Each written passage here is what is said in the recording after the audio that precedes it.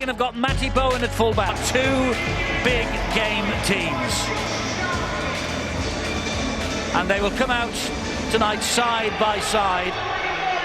As I say, this is the big one, number 5. Every season the marketing boys at Wigan get their heads together and come up with some bright ideas to bring these big crowds in.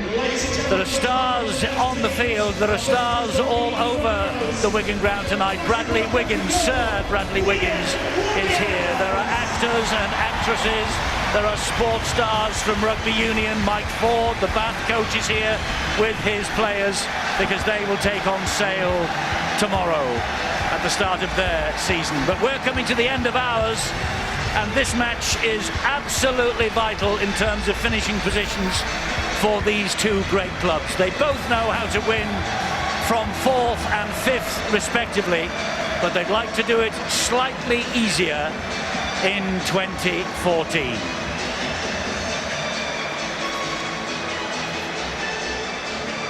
Meeting Wigan, Leeds for the 3rd time this year. They won the first at Headingley on May the 2nd. 2 weeks later they lost at the Magic Weekend. And Ben Thaler is waiting for the delivery of the match ball, which will be brought onto the field by two greats of these two great clubs. Lewis Jones and Billy Boston, two great players, and they are delivering the match ball for this very special night and this very special match. There they are. Billy on the left, Lewis Jones on the right. Wigan and Leeds both represented, and Ben Thaler takes the ball, and two great old friends exit and will take their place in the stands to watch the current battlers get going on this field. There's one of them, Jamie Jones Buchanan. What a season it's been for Dan Sargentson of Wigan. And Joel Tompkins experiencing this unique atmosphere inside a packed DW Stadium for the first time since his return from the other code. We're about to get underway. Kevin Sinfield gets the game in motion with a deep kick-off almost underneath the post. Matty Bowen picks it up, tips the ball inside. Here we go. Yeah, it'll be rough. It will be tough. There's no doubt about that in my mind, and everybody that's here. The atmosphere is just wonderful. They expect the best, and I think we're going to be served up an absolute treat tonight. This is Michael McAlorum. He gets to his feet, plays the ball to Joe Burgess, who tips it inside, but it's a solid Leeds defence, and Leeds defence was outstanding early. It has been very evident late in the campaign as well. Their cup win at Wembley was based on defence like this, and I think their run, if they hope to get to Old Trafford, will be based on similar. Blake Green, man of the match at Old Trafford last year, kick down the middle. It'll be an important facet as well, Blake Green, the combination with Matty Smith. It could be a bit of a handful for, of course, Sinfield and Sutcliffe. But last week against St Helens, Liam Sutcliffe certainly stepped up to the plate, and his coach Brian McDermott will be wanting, I'm sure, a repeat performance. Steve-O, just watching the play the ball, looking at how much is going on, I think Ben Thaler's choosing, if he blows for a penalty, choosing to let both sides just feel each other out. Joel Tompkins and a couple of his Wigan teammates trying to turn the Leeds player to make his head face the sideline. There's a little bit of elevation in there as well, Stuart. Yeah, that's right. It's the way his landing is coming down on his head. It wasn't dangerous, but he's been put in a dangerous position, and that's why the penalty is there. And Leeds have pumped the ball into touch midway inside the Wigan half of the field. Ayton will restart it here and gives it to Jamie Jones Buchanan, who takes the ball forward at this Wigan defence. Ayton again at dummy half, feign to come down the right-hand side, goes to centre field. It's with Sutcliffe. Now it's with Zach Hardaker. Matty Smith gets to him. Interesting to see how Leeds are utilising. They're getting the ball out wide very, very quickly. It looks to me as though Brian McDermott has set the pattern. Do not go down the middle with the forwards. We want the three quarters to split this Wigan outfit. Callum Watkins to his feet will play it to Sinfield. Here is Jamie Peacock. Peacock driving it in, as he will do all night, or at least for as long as Brian McDermott leaves him out there, and Jamie Peacock will be hoping that will be all night. Sutcliffe tried to cut inside McAlorum, was brought to ground. This now is Sinfield, little chip looking for Watkins. He finds Watkins, and Wigan's sliding fence this time comes up with the goods, and that will be the turnover. Brian McDermott's men so close. He won't be disappointed with that, Brian McDermott, because he knows the turnover, and you can see that Wigan are well and truly only about 5 or 6 metres away from the goal line. Defence from these two sides been a little bit up and down of late, but during the course of the season they really have been rough and tough. Well, you may remember that the coach Sean Wayne described the win against Leeds at the Magic Weekend in May as his best ever win. It was 18 points to 14. It was a breathtaking match. And Leeds arrive here hoping to avoid a 4th consecutive Super League defeat. They were beaten at home by Saints and Bradford. Also incredibly at London a week ahead of Wembley. The means justified the end, of course. First Challenge Cup success in 15 years. Green with a kick from inside his own 40, but straight down the throat of Ryan Hall. That's a dangerous tactic. You don't let this fellow run at you with any pace and power. No, that was a poor kick, and they know it. Sean Wayne will get the message out, saying that the one thing we do not want is to give this fella, Ryan Hall, any opportunity to be kind horse. Yes, back in the Leeds colours. And at Wakefield this season, he hasn't played for Leeds in 2014. It's about 13 months or so since he last pulled on the blue and amber, and here now is Sinfield. Gets it away to Carl Ablett. And Wigan know the danger that this back row combination of Sinfield and Ablett and Delaney, they know the danger that they pose. Yeah, and he knows also is the fact that Blake Green will be in that defensive pattern out on their left-hand side, just where Ablett likes to run. Sinfield's kick is collected by Matty Bowen. Explosive, this fella, isn't he? Yes, and he'll be here again in 2015. He's already agreed a 1-year extension. I think, Eddie, what makes one aspect of this game so exciting is the counter-attacking ability of both sides. The full-backs and wingers, when those kicks go down, almost everybody in the ground is anticipating at some point in the match they'll break through the defence, and then it's whether they've got the speed and support to score from there. So kicks sometimes downfield might not look like they're going to set up much, but both of these teams have the ability to go from long range. That was a solid run from Ben Flower, and the ball has arrived in the arms of Matty Smith, and he's hit a big high kick which Briscoe came to collect, and on the bounce it found Hardaker only just. Fingertip control, good take though by the winger. Great stuff from Tom Briscoe. I'm not so sure he intended that pass. Here's Ryan Hall, he's taking on Josh Charnley, he's taking on Matty Smith. Down he goes on the second tackle. Now Kinehorst, what a place to play your first match of 2014 with the Leeds Club. Bailey, just on halfway, gets 5 metres into Wigan territory, then he's pushed back by 3 defenders. Paul Ayton waits, he'll go down the short side, finds Jamie Jones Buchanan. Now will they go down that short side with the kick, or will they give it some height? No, it looked like the bomb. It arrives at Sinfield eventually, and they're running it with Ablett. I don't think Ablett is the man who would normally be taking the kicks, but he had no option then. His kick reached Bowen, and then Ablett and Watkins reached Matty Bowen. Well, it came out okay in the end, but I'm not so sure that... I think they just lost the plot slightly there, did the Rhinos. That should have been a high kick and put the pressure on. I think it was good kick pressure from Wigan, and they realised that. If you look at the half-backs in Sutcliffe and Sinfield, Liam Sutcliffe, his run threat is what Wigan will have practised all week and practiced combating it. Kevin Sinfield has a wonderful kicking game, but again, I'm just looking at the play of the ball. I'm just looking at the work, some of the dark arts that's going on around that ruck area. Interesting to note that Jimmy Kinehorst in the centre for Leeds tonight. He's up against Jack Hughes directly opposite him, and Hughes drafted into the squad late on because Anthony Gelling was taken ill.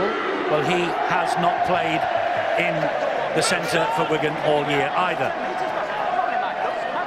So Hardaker to his feet. Sinfield gets the ball away. Watkins is hammered to the ground by a great tackle by the 2 youngsters, Sargentson and Burgess. Here now is Briscoe, and that's great defence and the ball comes out and went backwards. The referee says we'll play on, and Hardaker picks it up and gets the ball away, and Tompkins is all over Ryan Hall. Tremendous. Tompkins read that so superbly, came in on the angle, not allowing any opportunity for that ball to go out onto that left wing.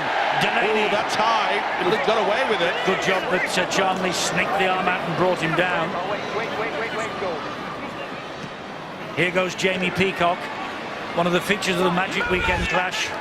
Well, it was a bit high from Charnley, but one of the features of the Magic Weekend clash was the confrontation between Bateman, who's waiting his chance on the bench, and Jamie Peacock. That ball was looking for all money as going out on the full, but it found the right mark for Kevin Sinfield. Yeah, it was off the side of the boot and just got it by a couple of centimetres. I'm picking up on your point, Eddie. I think that discipline will be a key part of this match. We all know about the 3 sin binnings, the 5 minutes or so of madness, and I think Jamie Peacock, the rest of the Leeds Rhinos team, they're expecting a really intense, tough battle from the Wigan team. But don't forget, just around the corner is those playoffs. Neither coach, Brian McDermott or Sean Wayne, will want any of his best players suspended. But I just get the impression that Brian McDermott doesn't want to put too much work and pressure on the likes of Jamie Peacock. He's keeping them out of the firing range. They're slinging it about in the 3/4 line rather than utilising the forwards one after another. Well, it was a good battle in the middle, and we talked about Ryan Bailey, John Bateman, Mickey McClorum, all taking it just over that line, and I think both sets of players have come here to play rugby league. Well, one of my abiding memories of the Magic Weekend was seeing Jamie Peacock, who was with us the second day, and Jamie was in absolute agony. He really was. He was stiff as a board, and he'd had to have some treatment before he got to us, but he battled on gamely with us, and he's battled on gamely throughout the course of this year. Great tackle there by Kindhorst. Saved the day. It was a half a break. Neat little kick into the corner. This is pressure. It is. And Hall tidies up and finds Zach Hardaker rather, and Zach Hardaker then is brought to ground by Don Crosby. Well, we keep saying, don't we, about this big fella Ryan Hall when he got ball in hand. He's difficult to stop, but he reads the game ever so well. He had his back to play, Steve. I reckon Zach Hardaker has given him a call. You've got some attention. Feed me if you want to. And feed him he did. Ayton to Ablett. Impressive season Carl Ablett has had. He got a try here last year in a 20-6 victory for the Rhinos. Here's Hardaker, and now Watkins trying to find a way up the middle, but that avenue was quickly closed down by Farrell and Blake Green. Sinfield now under pressure from Green, got the ball away, but only into the arms of Bowen, who caught it on the fly. He gets them up to halfway. Yeah, that's a great return, and well, it surprised me there. Sinfield, they've utilised it over the last 4 to 5 weeks of the Rhinos. They do the kick on the short blind side and normally go over the whitewash. He opted to get the high kick right down the throat of Matty Bowen. You can't afford to do that. McElaurin infield to Crosby. He shrugs off one man. Delaney is there though, and Kindhorst, down he goes. Good work in defence from both sides so far. That's why we've had 11 minutes and we're still waiting for the first score. Joel Tompkins drives it in, gets to his feet, plays it to McElaurin. Here is Smith. Smith to O'Loughlin. Back it comes to Green. Green will attack the line. Get the ball away to Farrell. Here is Matty Bowen. Try saver from Peacock. Unbelievable from a prop forward. Oh, and he's given away the penalty now. They say he's saying he's pinched it, Jamie Peacock. Well, he thinks that Bowen has lost it, and he hasn't. Or has he? Did that just bobble underneath? Well, the old-timer Jamie Peacock, where on earth did he come from? Most other props that are retired that say he was having a rest. No, he wasn't. He got back there. Gave away the penalty, though. That was because the ball was stolen after the tackle completed, Stuart. That's it. It was the second effort that he put his hand back in. It just pulled the ball away. Wigan won't be arguing because look where they are. And this is the first tackle there, 8 metres away from the Leeds line. McElaurin waits. And he comes this way, finds Crosby. And Crosby taking on Peacock and Ablett. Ablett puts him down. Watch for the switch back.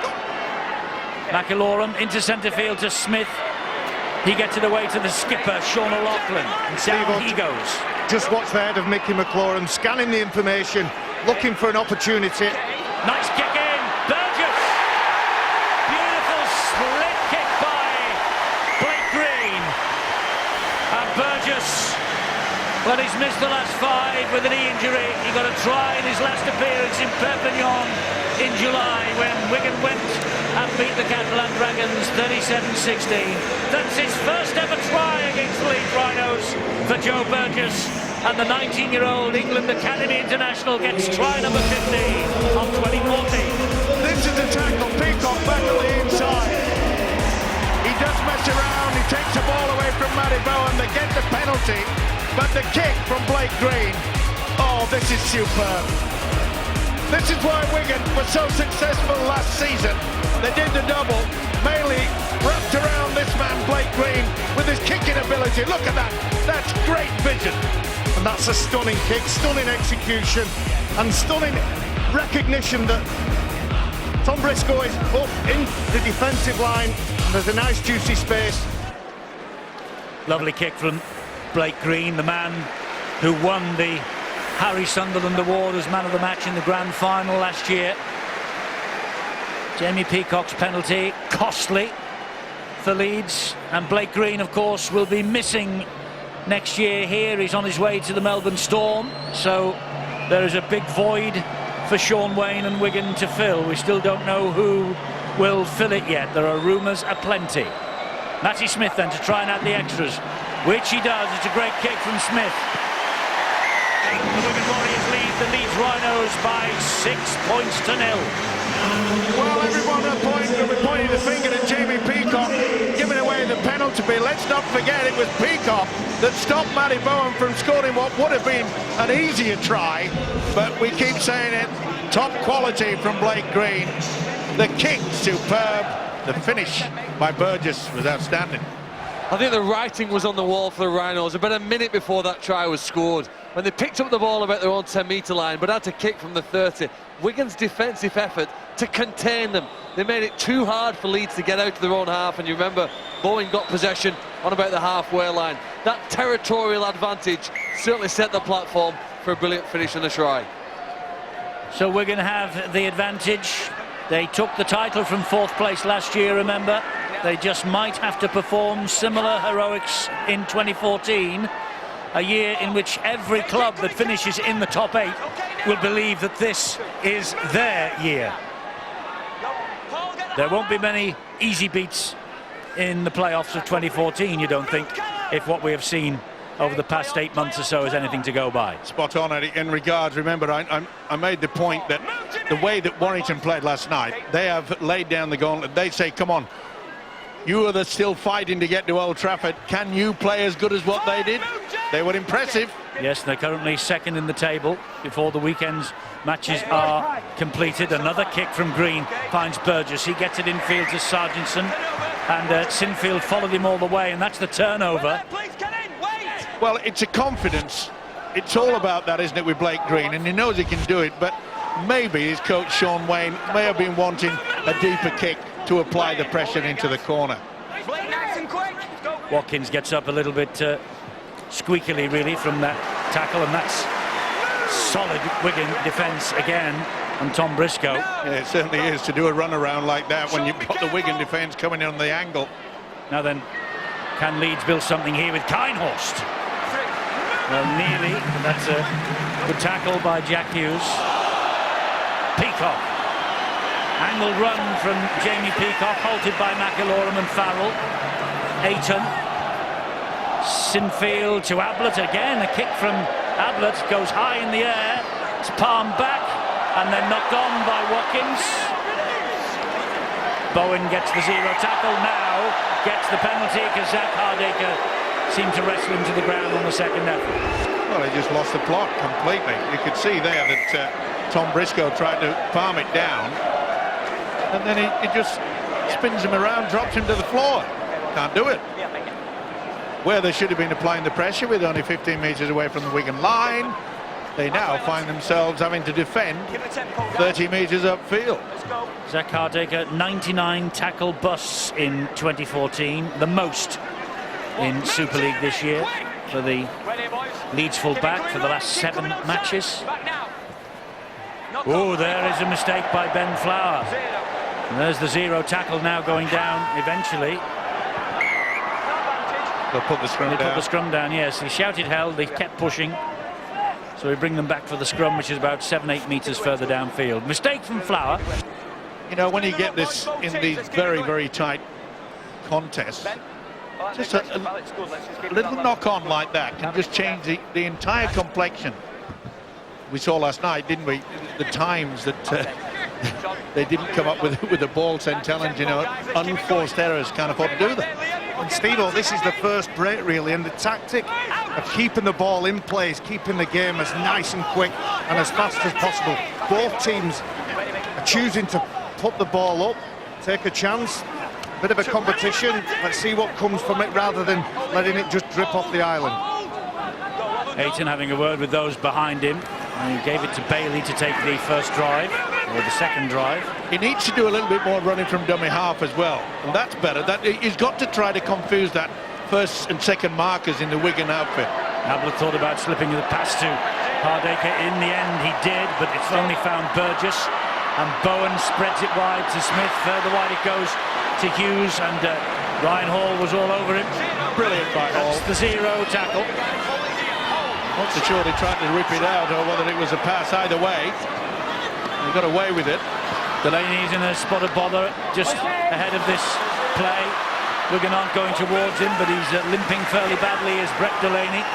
I just feel a little bit worried for this Leeds outfit, because Wigan are starting to get over the advantage line considerably easy. Sargentson did well, Sinfield did well, and so too did Watkins to finish him off. Liam Farrell. Here is Blake Green again. Ball back on the inside to Sean O'Loughlin. O'Loughlin then to Matty Bowen. Matty Bowen wants to get on with it quickly. Went down on his knees, asked for the penalty, non-forthcoming. Smith with a kick to the corner. Well claimed by Ryan Hall. Good tactics though. Was he in goal? Did he jump from the field of play? This is the question here. Well, I think there's another thing here. Is he tackled in the air as well? Yes, he is.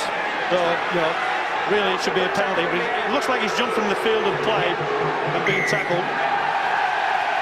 Referee has obviously had a touch judge or a word in his ear. Well, Charlie shakes his head, but it was quite clear. Well, the referee asked the video referee for his opinion on the restart. The video referee told him it was a penalty for the tackle in the air, which is correct. Yes, they got the right decision, and that's the important thing.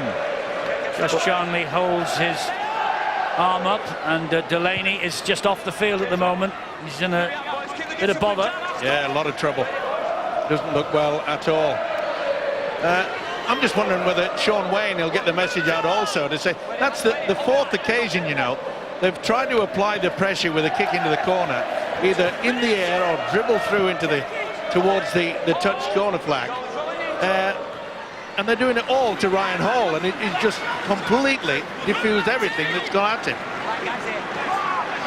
Sean Wayne, the coach, as I say, it's his 100th match as head coach of the Wigan Warriors, including a couple where he was caretaker coach in the absence of Michael Maguire. There'll be a knock-on. Yeah, the ball is lost.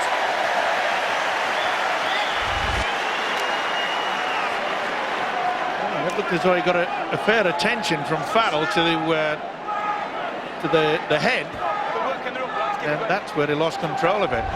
I feel a bit sorry, you know, for the fullback there, Zach Hardacre. You could see him coming across crab-wise, and yet no Leeds player tried to help him and go back on the inside to give him a chance to offload. In the end, he comes up with the error. It looked, didn't it, when it slowed down as though the tackle had been completed, and then it came afterwards with all the 3 players on top of him. There's a degree of sympathy that almost looked more like a Leeds penalty. It did. It's almost like the ball's come out as somebody's hit his arm, but the tackle had already been completed, so, you know, it's unfortunate, that one. So we're going to in possession here with Flower. He tried to hand off Ayton. He couldn't get away from Bailey and company. Kylie Luluwai is out there now as well. Oh, and Don Crosby avoided an Exocet missile then in the shape of Mitch Achurch. Smith, short ball.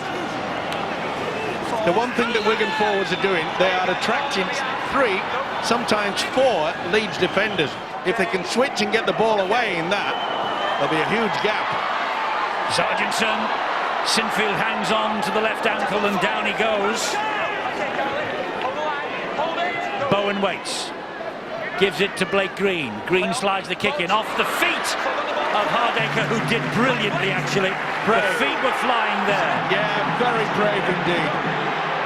One of the aspects that we've seen from Zach Hardaker is a tough nut. Doesn't matter what's thrown at him. Ricocheted off his boot, threw his body on the line. He did, he needed to be brave, but I tell you what Wigan are doing well. You talked about them getting over the advantage line, but what they're doing is they're managing to find space. That's the reason Leeds are penned 30 metres away from their own line and finding it very difficult. The bench of Leeds Rhinos is big. You see Paul Ayton having a look, having a scoop, see if there's anything available. Callum Watkins manages to keep on it, but there isn't much creativity. No Burrow, no Maguire in the team tonight. And Hardaker shaped to kick. We got the ball away, and again it's straight to Matty Smith. And Matty Smith will go over unopposed underneath the sticks for the second Wigan try.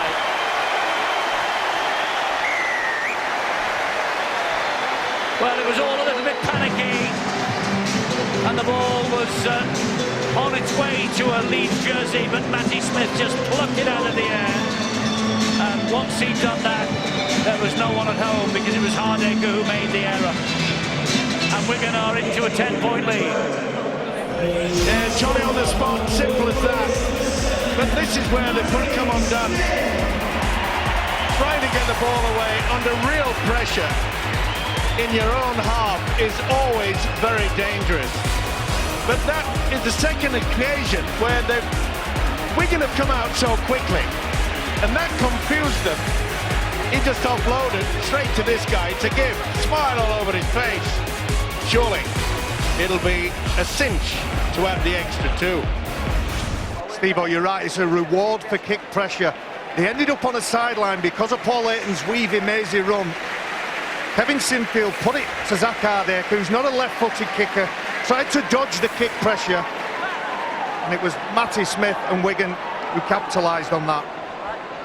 Let's not forget, along with Castleford, this Leeds side have played more games than any other team in Super League this year, simply because of their success in the Challenge Cup. This, the 31st fixture of the campaign. They are hoping, of course, there will be a lot more, because they're aiming to make it to their 8th grand final in a decade on October the 11th.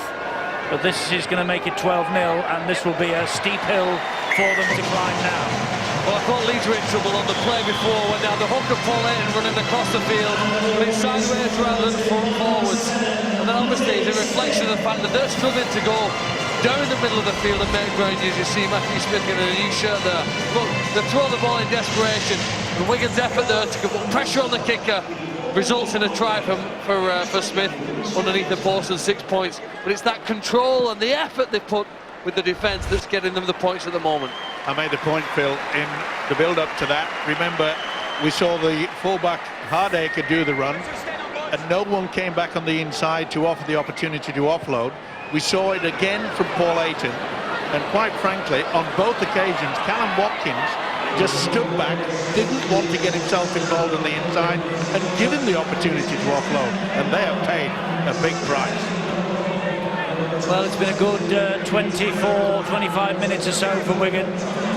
We're aiming to emulate the Saints of 1999 and 2000, and Leeds of 2007, 8, 9 and 11 and 12 to win successive Super League titles this year.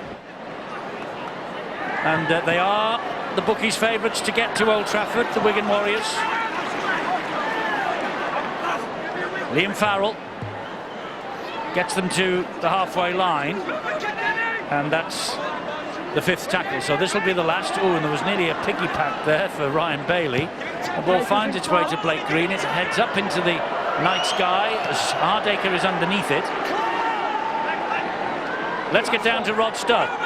Yeah, thanks, Eddie. Yeah, just a word on Brett Delaney. We saw him leaving the field with a knee problem. He's gone back into the changing room for precautionary checks on that. Remember, he's had his fair share of knee problems during his spell at the Rhinos. He had a clear-out knee operation last summer as well, around about 20 months ago. So it's one that they want to keep an eye on. They want to make sure he really is A-OK before launching him back into the fray.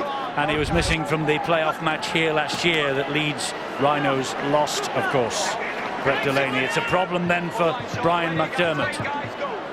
Ayton to Jones Buchanan to Sinfield, short then to Hardacre.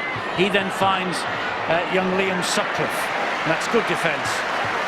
Hughes and Smith, and then for good measure the big figure of Tony Clubb coming across to do the job. Hardacre with the kick down the line. That's better. Trundles into touch. That is much better. It's all about putting yourself in a good position. Okay, the 12 points adrift. You have to try to just force the mistake now from the Wigan outfit, but it just calms them down. They're a little bit over nervous now, the Rhinos, and they know it. They know it's going to be an uphill battle to get back into this game, but that is good to calm things down. And you're right, they were on the sideline on that last try when Matty Smith got the interception. On that occasion they chose to come out, and it was Zach Hardacre, right-footed, just dinks it off the island. And I keep watching the play the ball, Steve-O, how tight and compressed that might be, why you're seeing forwards interchange, given a rest. There's 3 and 4 players getting in every play the ball, trying to slow it down. That's why there's so much space on the edges. Jamie Peacock sitting down for a wee while. This is Eddie Pettiborn now. Just one start this year for Pettiborn, the 4-time United States of America international from the World Cup last year. Liam Farrell. That's better defence by the Rhinos, and they know they have to sharpen up in that department. McAlorum to O'Loughlin. Tries to ride the tackle. They reach tackle number 5. Here comes the last. Expect the kick then from Matty Smith. Bump right down the middle. In between Ryan Hall and Hardacre. It's a great kick too. Unbelievable. Superb kick. He'll say that he aimed at the post padding. That's what he hit. But look at the chase. 12 minutes to half-time. Ryan Hall will bring it back again, willingly for Leeds. Leeds are finding it very difficult, Eddie, to get any position out on that field of play. This Wigan defence is, well, cruel at times. The word on Maguire and Burrow, by the way. Brian McDermott hopes they'll be okay in a week's time. They should be back in duty by then for the last round of the regular season at Hull. All the top teams in the hunt for playoffs have got some tricky and intense fixtures to finish the regular season off. It'll do it the world of good for what's to come in the playoffs. Ooh, that was a bit of a risky pass there from Matty Bowen.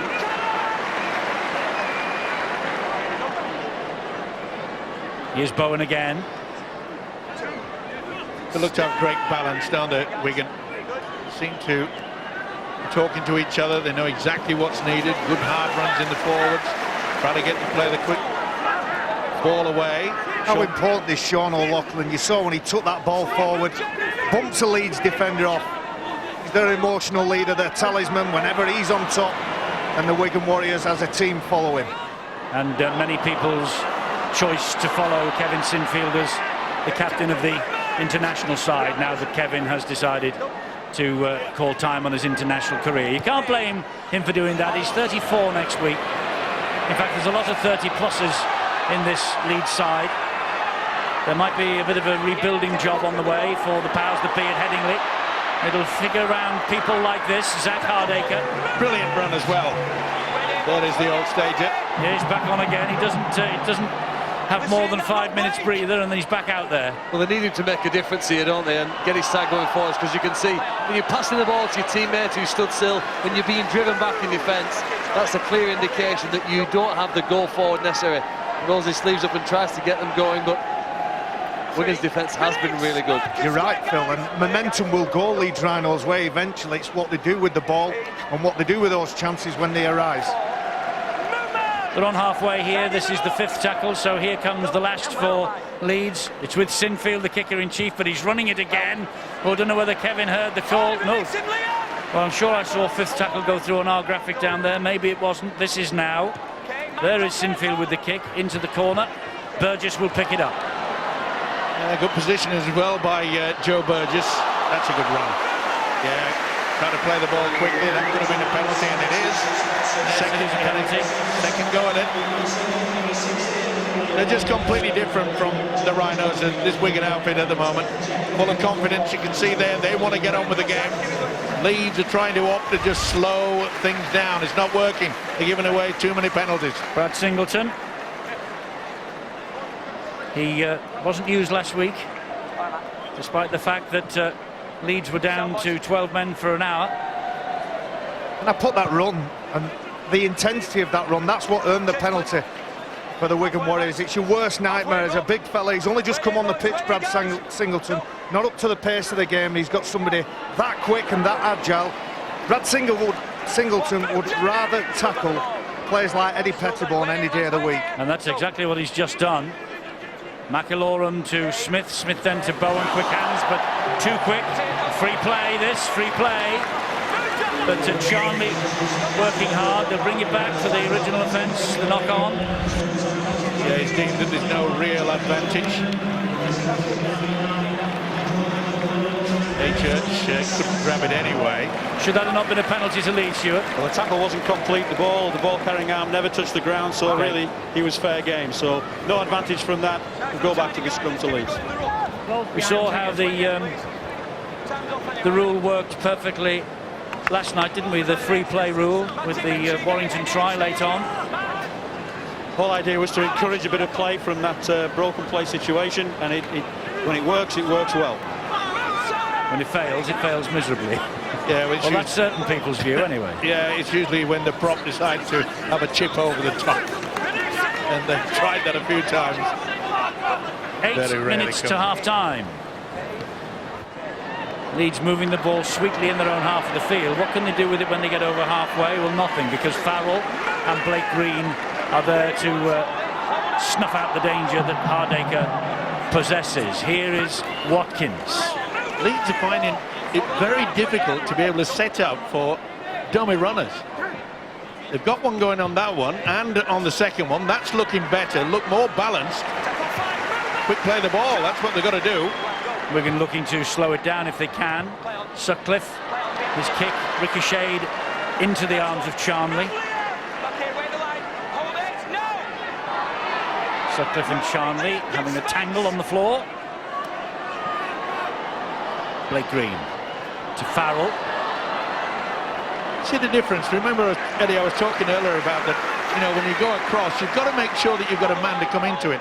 Farrell read it ever so well and got the ball back from the inside pass. A little bit off form, I'm afraid, Leeds tonight. And Powell's out there. He gave the ball there to Smith, who in turn then gave it to John Bateman. Here's Pettibone. It's another warm evening.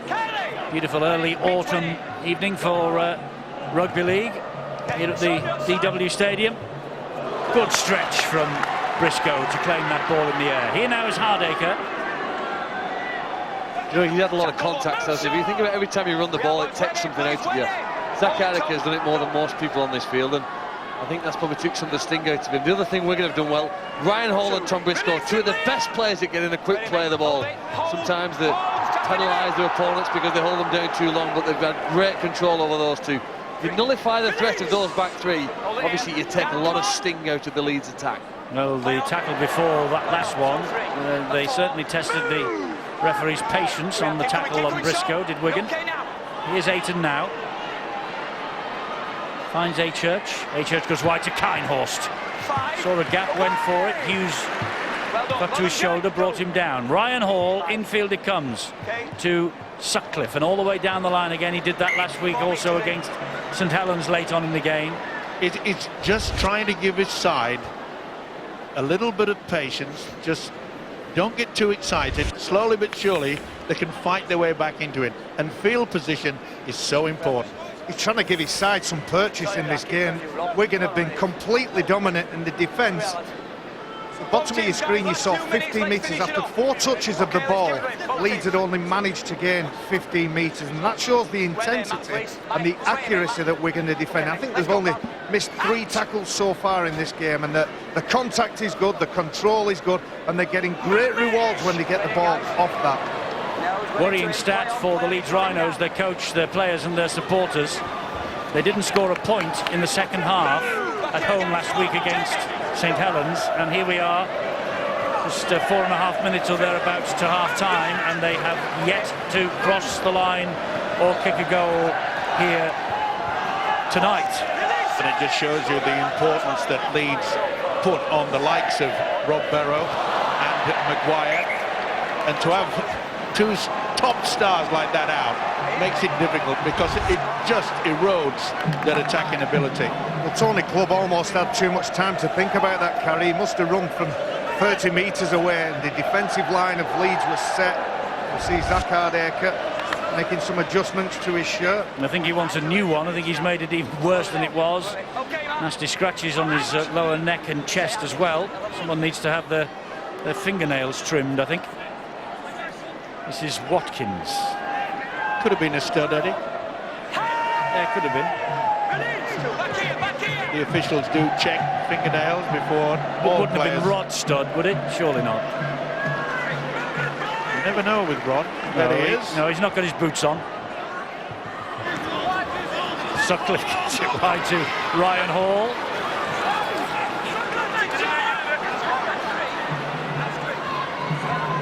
Here's Kinehorst to Sutcliffe, to Singleton and to Sinfield. Hardaker, ripped shirt or not, having a go at this Wigan defence. Yeah, good work by Blake Green there. He wasn't going to take the dummy. Couple of tackles left this set of 6. Peacock stands, dumps the ball down into the arms of Hardaker again. Hardaker then to Watkins, good hands to Ablett.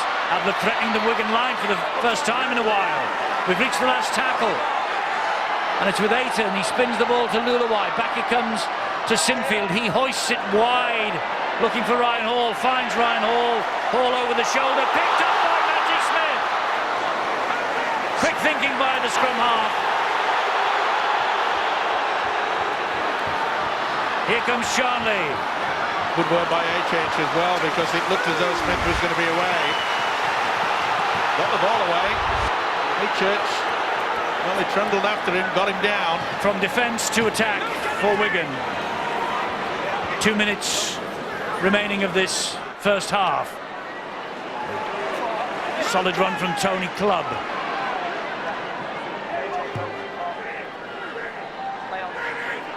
Here's the skipper, Sean O'Loughlin. Oh, the ball's come free. It's a knock on by Sean O'Loughlin. Yeah, and I just got the impression that Blake Green was setting himself up, or Matty Smith. Maybe they were looking for the 1 point. You could see in the background there Matty Smith shouting, saying, "It's mine, it's mine." Would he have gone for the kick to the corner, and maybe gone for the 1 point? We'll never know. You know what, in the last 10 minutes, is that the third handling mistake Wigan have made? They really could have, and I guess would have been desperate to kill off with another score here, Leeds hopes, but at 12-0 the Rhinos will be hoping to get into half-time and regroup, get their breath back, see if they can turn the game around. Well, if anybody team can, Leeds can.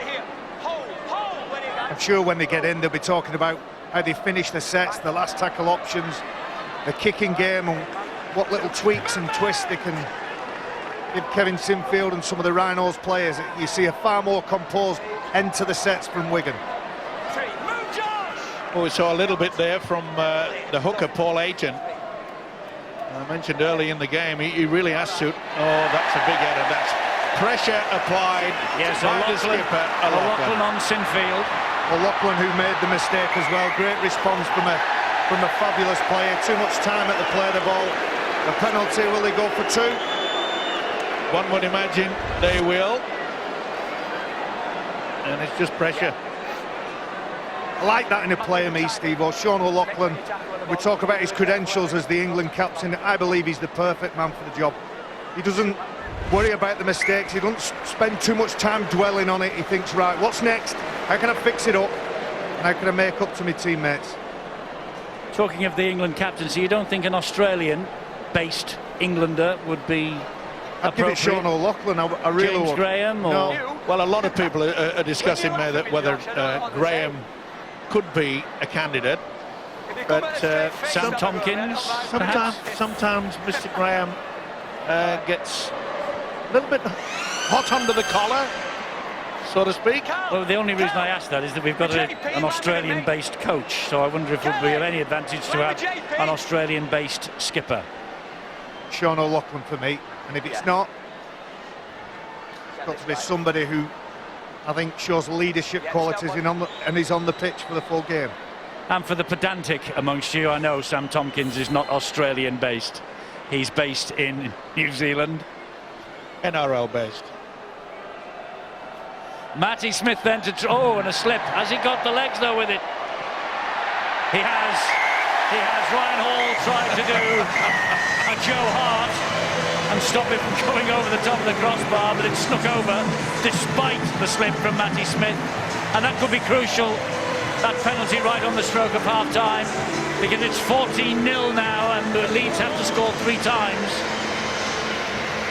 Burgess with the first try after 12 minutes, Matty Smith with the try 10 minutes later, and then his conversion and his penalty.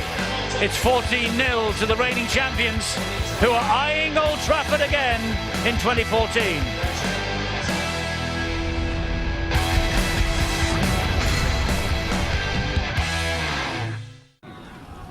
Has he got downward pressure? I think so. Sky Sports, your home of sport. Whenever you want, wherever you are. From the author of Tinker Tailor Soldier Spy comes a gripping spy thriller. Sakharov is not the bad guy. He's our way to the bad guy. Keeps you on the edge through every twist and turn. Every good man has a little bit of bad. Philip Seymour Hoffman is flawless. A Most Wanted Man in cinemas September 12th. When Daddy had an accident, he was hurt a lot. It's not been easy for Mummy, but we've been getting help. Now Daddy's more like my daddy, and I'm his little princess again. At Irwin Mitchell Solicitors, we've secured over £1 billion in the last 2 years to help injured people get their lives back on track. That's why I'm with Irwin Mitchell. Because compensation is only part of the story. Stand by me. This is it. The moment we can say as many people now survive cancer as die from cancer. So what do we do now? We will do whatever it takes. We will work even harder. There will be dark days. But we will all keep fighting. And together, we will beat cancer sooner.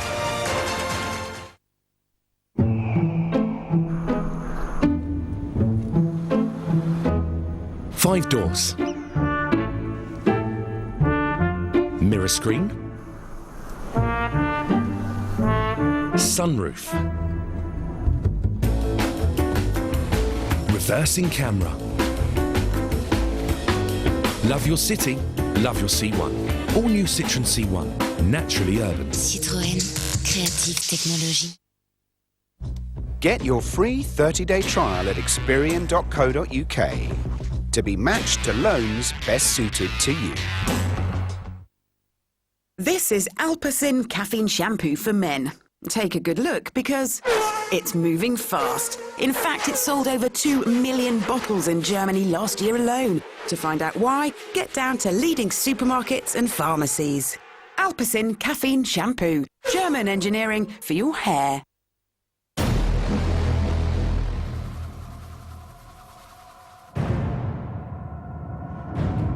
Thanks to the magic of Betfair, a bet made before or during the game could get a price rush. Price rush. Giving you better odds after you've made the bet. So if you win big style. This is Play Betfair. The Big BT Summer Sale is now on. Get our lowest ever price on BT Infinity fibre optic broadband plus unlimited UK weekend calls. It's £5 a month for the first 6 months and £15 a month after that. It's so good that 9 out of 10 BT Infinity customers would recommend it to friends and family. Don't miss out on the big BT summer sale. Call today on 0800 500 289. Here at Sky Sports, we're working hard to bring you the very best football. And whilst the team is making sure we have more of the games that matter, our experts are busy becoming a little more expert. And you all that? You would too.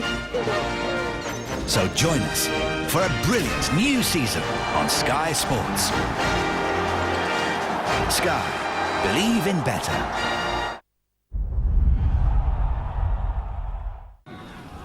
Has he got downward pressure? I think so.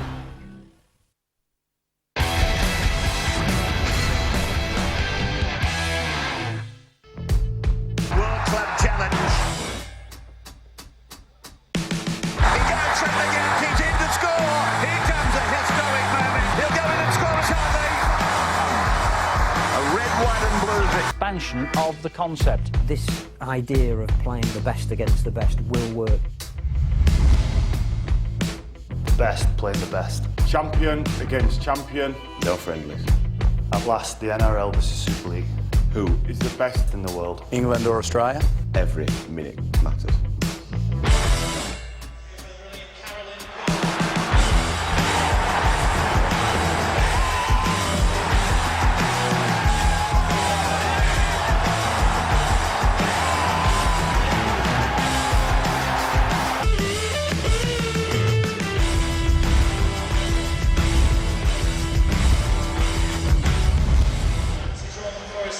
A weekend in February will decide which is the best, Super League or NRL in 2015.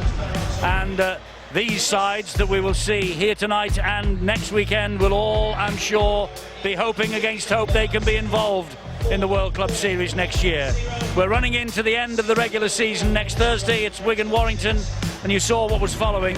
And coming up here now in the second half, we've got Wigan against Leeds, and Wigan are leading by 14 points to 0, and Leeds have gone 80 full minutes this week, second half last week, and they haven't scored a point, which will be a worry to Brian McDermott, but won't be a worry to Sean Wayne in that Wigan dressing room. He knows that Ian Thornley's out for the rest of the year, but he's got the likes of Green, McAlorum, Flower, Joel Tompkins, Sam Powell all back, and Joe Burgess.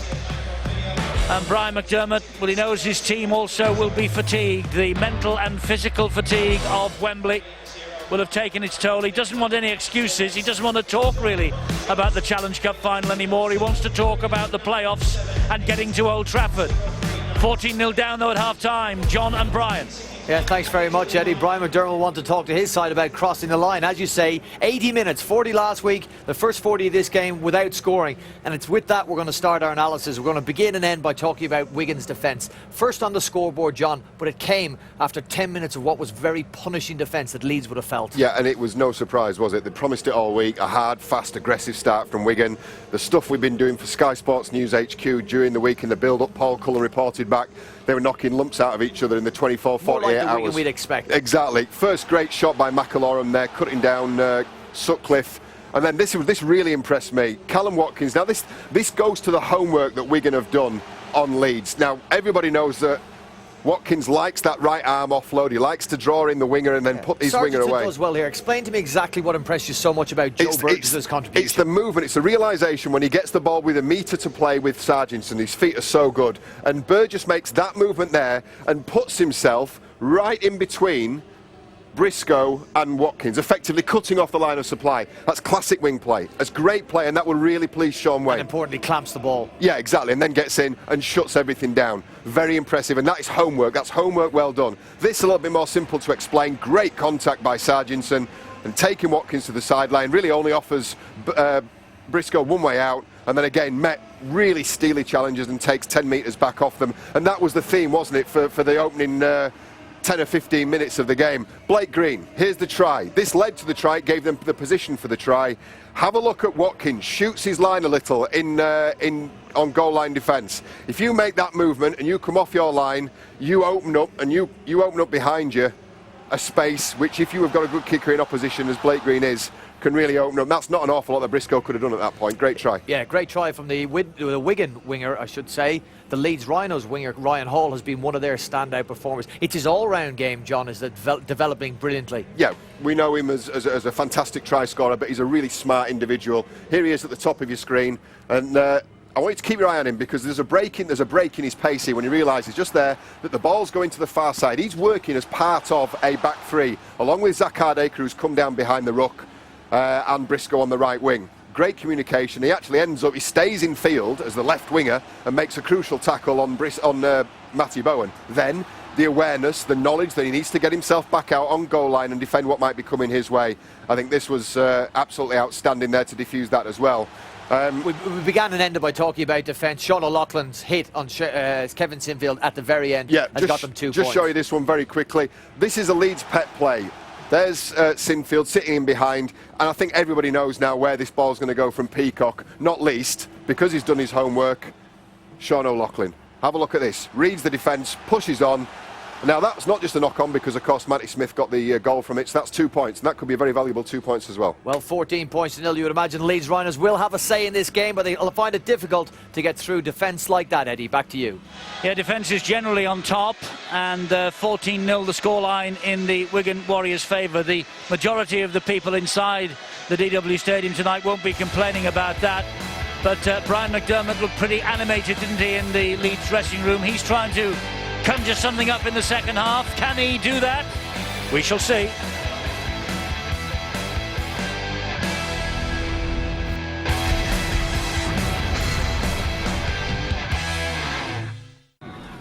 Looks like a job for the old magic sponge. This is Alpecin Caffeine Shampoo for Men. Take a good look, because it's moving fast. In fact, it sold over 2 million bottles in Germany last year alone. To find out why, get down to leading supermarkets and pharmacies. Alpecin Caffeine Shampoo. German engineering for your hair. Your friends have been going on about it for months. It's the latest show. They're on Series 5. You haven't even started Season 1. It doesn't matter, because you can get it all in your Sky Plus box whenever you want to start. Things are changing in Atlantic City. We buy liquor from you, you buy something from us. This is a raid! How do I get off the island? Everyone on the island is in danger. Please, tell me! You even know what's going on? I woke up today. But you know about the dead people, right? We are surviving here. We are day to day. More box sets of the latest shows in your Sky Plus box. Sky. Believe in better.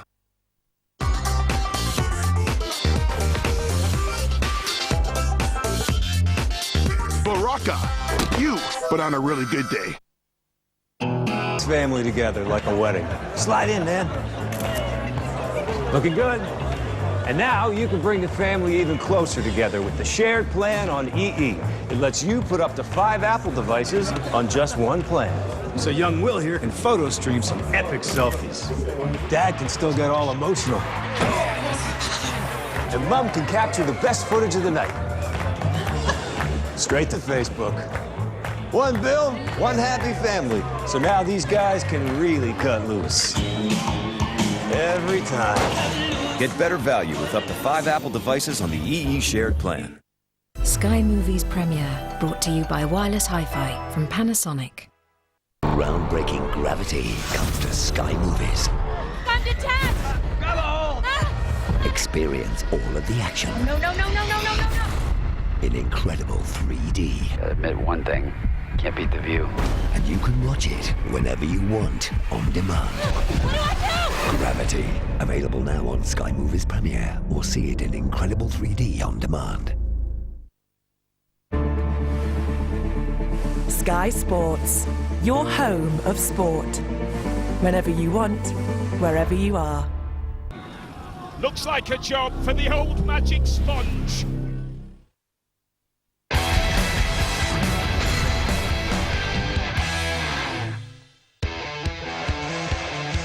Well, here at Wigan tonight, you are watching rugby league in a league of its own, and if you're staying with us for the second half, there's another chance to see tonight's new episode of the award-winning show A League of Their Own. That's at 10 o'clock on Sky 1+1. This week's guests include Andros Townsend and Mickey Flanagan, and more comedy on offer with Sky Movies. Anchorman 2 is available on demand right now.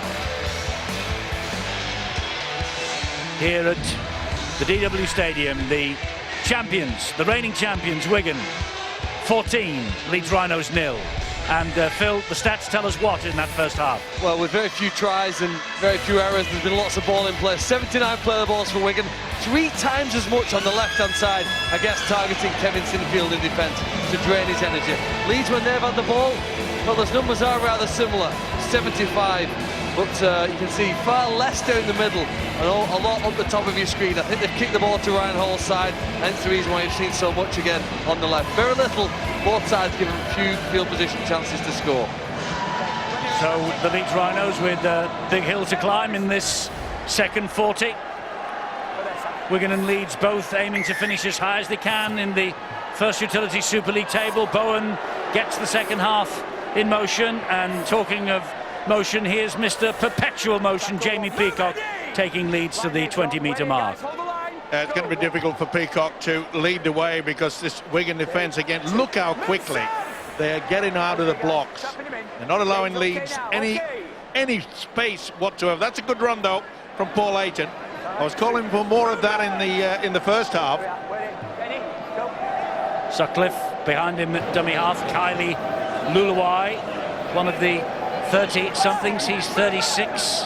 Peacock 36, Bailey 30, Sinfield 34 next week. There's a few of them. And Maguire and Burrow, of course, to come back into the side next week.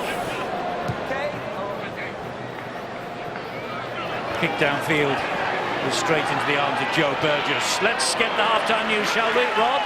Yeah, thanks, Eddie. Well, as you'd expect, a very contented but not complacent Wigan changing room at half-time.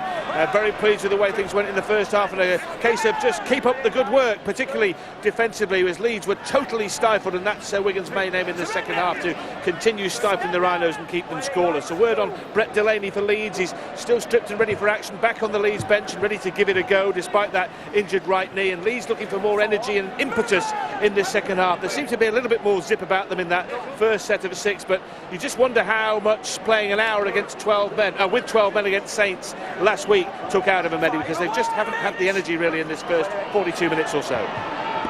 No, they haven't, and they're in defence here again, although that's not a bad set defensively. Wigan getting to the halfway line, then a towering bomb from Blake Green, Zach Hardaker underneath it, but Bowen following up, getting a very good tackle in on his opposite number. Here comes Tom Briscoe now.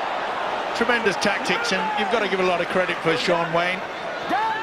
Danny Maguire, his coach Brian McDermott would love to see him out on that pitch tonight, but without Maguire and Barrow, and it's very obvious really they don't seem to have that zip to be able to get through this very strong Wigan defence. 8 members of the squad, the other side of 30. Their average age of Leeds 28. Average age of this Wigan squad this year 24.8. Matty Bowen, Sean O'Loughlin, the only members of the 30 club. Here goes Ryan Hall, great tackle by Josh Charnley. But I think it was a 0 play, wasn't it? So Leeds will get possession again. Yeah, there was a Wigan hand just. Good tackle though, wasn't it? Good work there by Josh Charnley. Was the free play. If Hall had escaped the tackle, he would have been over maybe, because he's quick. And that was important for Josh Charnley. Ryan Hall been one of the better players for Leeds Rhinos. There's the nudge. See Jimmy Carn also one-handed flop into the path of Ryan Hall. And it was Charnley who came up with the knock-on. It was Charnley who came up with the rescuing tackle. Movement! Sean, be careful, that punch in the ankle. Be careful, go on. Ayton. Here's Luluai, taking it forward strongly, met go by Sean O'Loughlin. But there you can see the Wigan defenders are stopping him from, that's a poor inside pass. You see how crowded it is around those tight 6 defenders. The 2 markers and the A and B either side of that ruck. Wigan are too good, and Leeds are going to kind of have to come up with something different. As it is, they're defending again here as Sam Powell got the ball away to Dan Sargentson. They're 40 metres away from the Leeds line. 3 tackles left in the bag here. And Pettibone will drive it in again. Ablett low down, Sinfield, Peacock upstairs. Powell looking left, looking right, looking back left again, coming into centre field though, where he finds Blake Green, he finds Matty Smith. Smith to Bowen, that's off the foot. It's off the foot of Kine Horse. This will be, well, Charnley couldn't get to it. Ryan Hall gets to it. Charnley's after it again. Charnley's knocked it back. Charnley's knocked it on now. And now it's a free play with Hall. He's found Sutcliffe, and Leeds are going to get in. They are. The referee will have a look at all of that though, but from up here it looked like that was free play after free play after free play.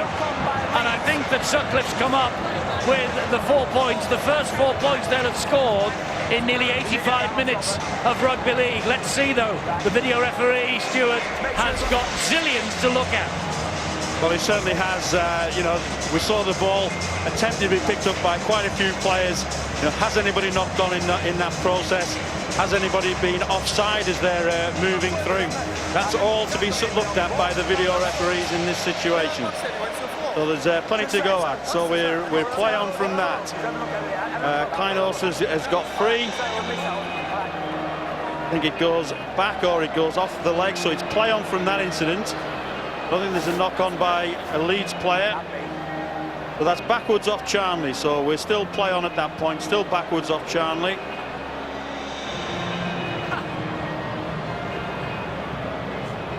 Still viewing that one. It's 2 touches, I think, by Josh Charnley on this one.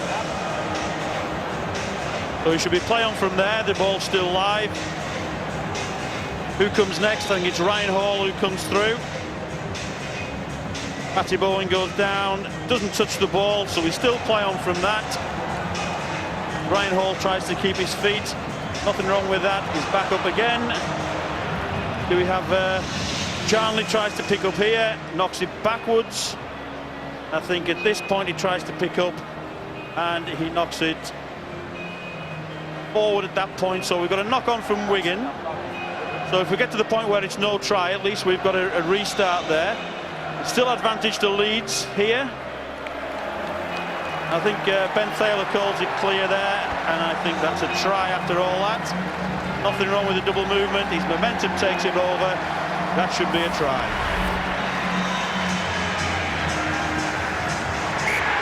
Try is given by the video referees, and Liam Sutcliffe, who scored the last try that Leeds scored against St Helens, has scored the next against Wigan, and that has put them back in the match. Liam Sutcliffe up to 11 for the season. What a vital try this might be in the cause of Leeds' attempt to get as high as they can in the top 8 in the playoffs. Well, Sean Wayne will be furious about the inability of Josh Charnley not to drop the body onto it. Why on earth, on 2 occasions, does he try to pick it up? All he has to do is just drop the body and defuse it, and they have allowed Leeds to fight back. Sutcliffe's try.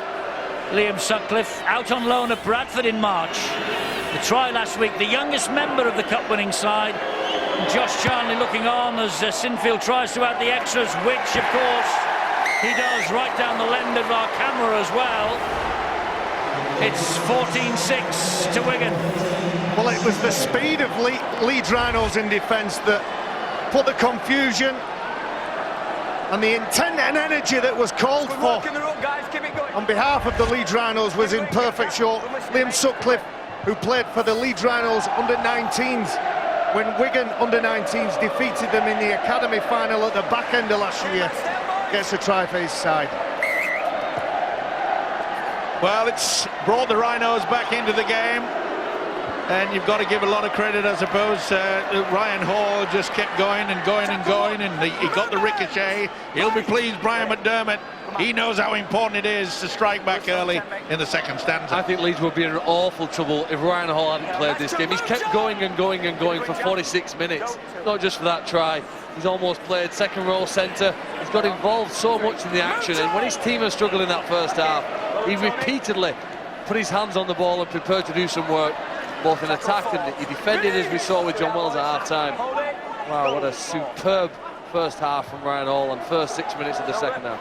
And Phil, people don't realise that Ryan Hall is 108 kgs. He's as big as many forwards, got a good engine as well, and he's tough, carries the ball, and you're right, puts the effort into those little facets of the game that influence and energise the teammates around him. Bowen eventually gets to his feet. Here is Josh Charnley, and he goes down under the sheer weight of numbers 4 against him.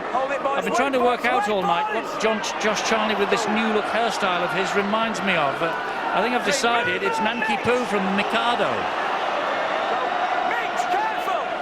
You'll know that, Steve-O. Yeah, it's a long time since I played that. I have no idea who that is, Eddie. Well, you're not a culture vulture like me. Well, I'm born in the 80s. This is Dan Side. It doesn't matter when you were born. If you know what I'm talking about, you know what I'm talking. Stuart Cummings knows. Steve-O's just ignorant, I'm sorry. You're a cultured man, anyway. Yes, and I used to be a thespian as well. Well, this is Zach Hardacre. And they've, I think, got the penalty here. Have Leeds. Just a little bit erratic, aren't they, the Wigan? Right over the top, and it made contact with the jaw. Pettibone didn't help matters, and this, again, is great relief. Well, Sean Wayne, as I say, he won't be too impressed with the way that Josh Charnley, forget about the hairstyle, he should have dropped the body on that ball on 2 occasions. So Paul Ayton will restart for the Leeds Rhinos here in centre field, gives it to Luluai. Here's Ayton again.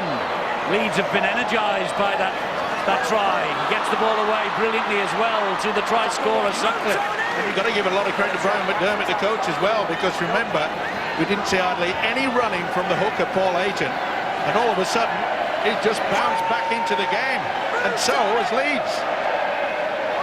Ayton waiting again. Here is Peacock. Oh, and he puts the ball into the air. They get away with it today. Maybe not. It's a knock on. First knock on.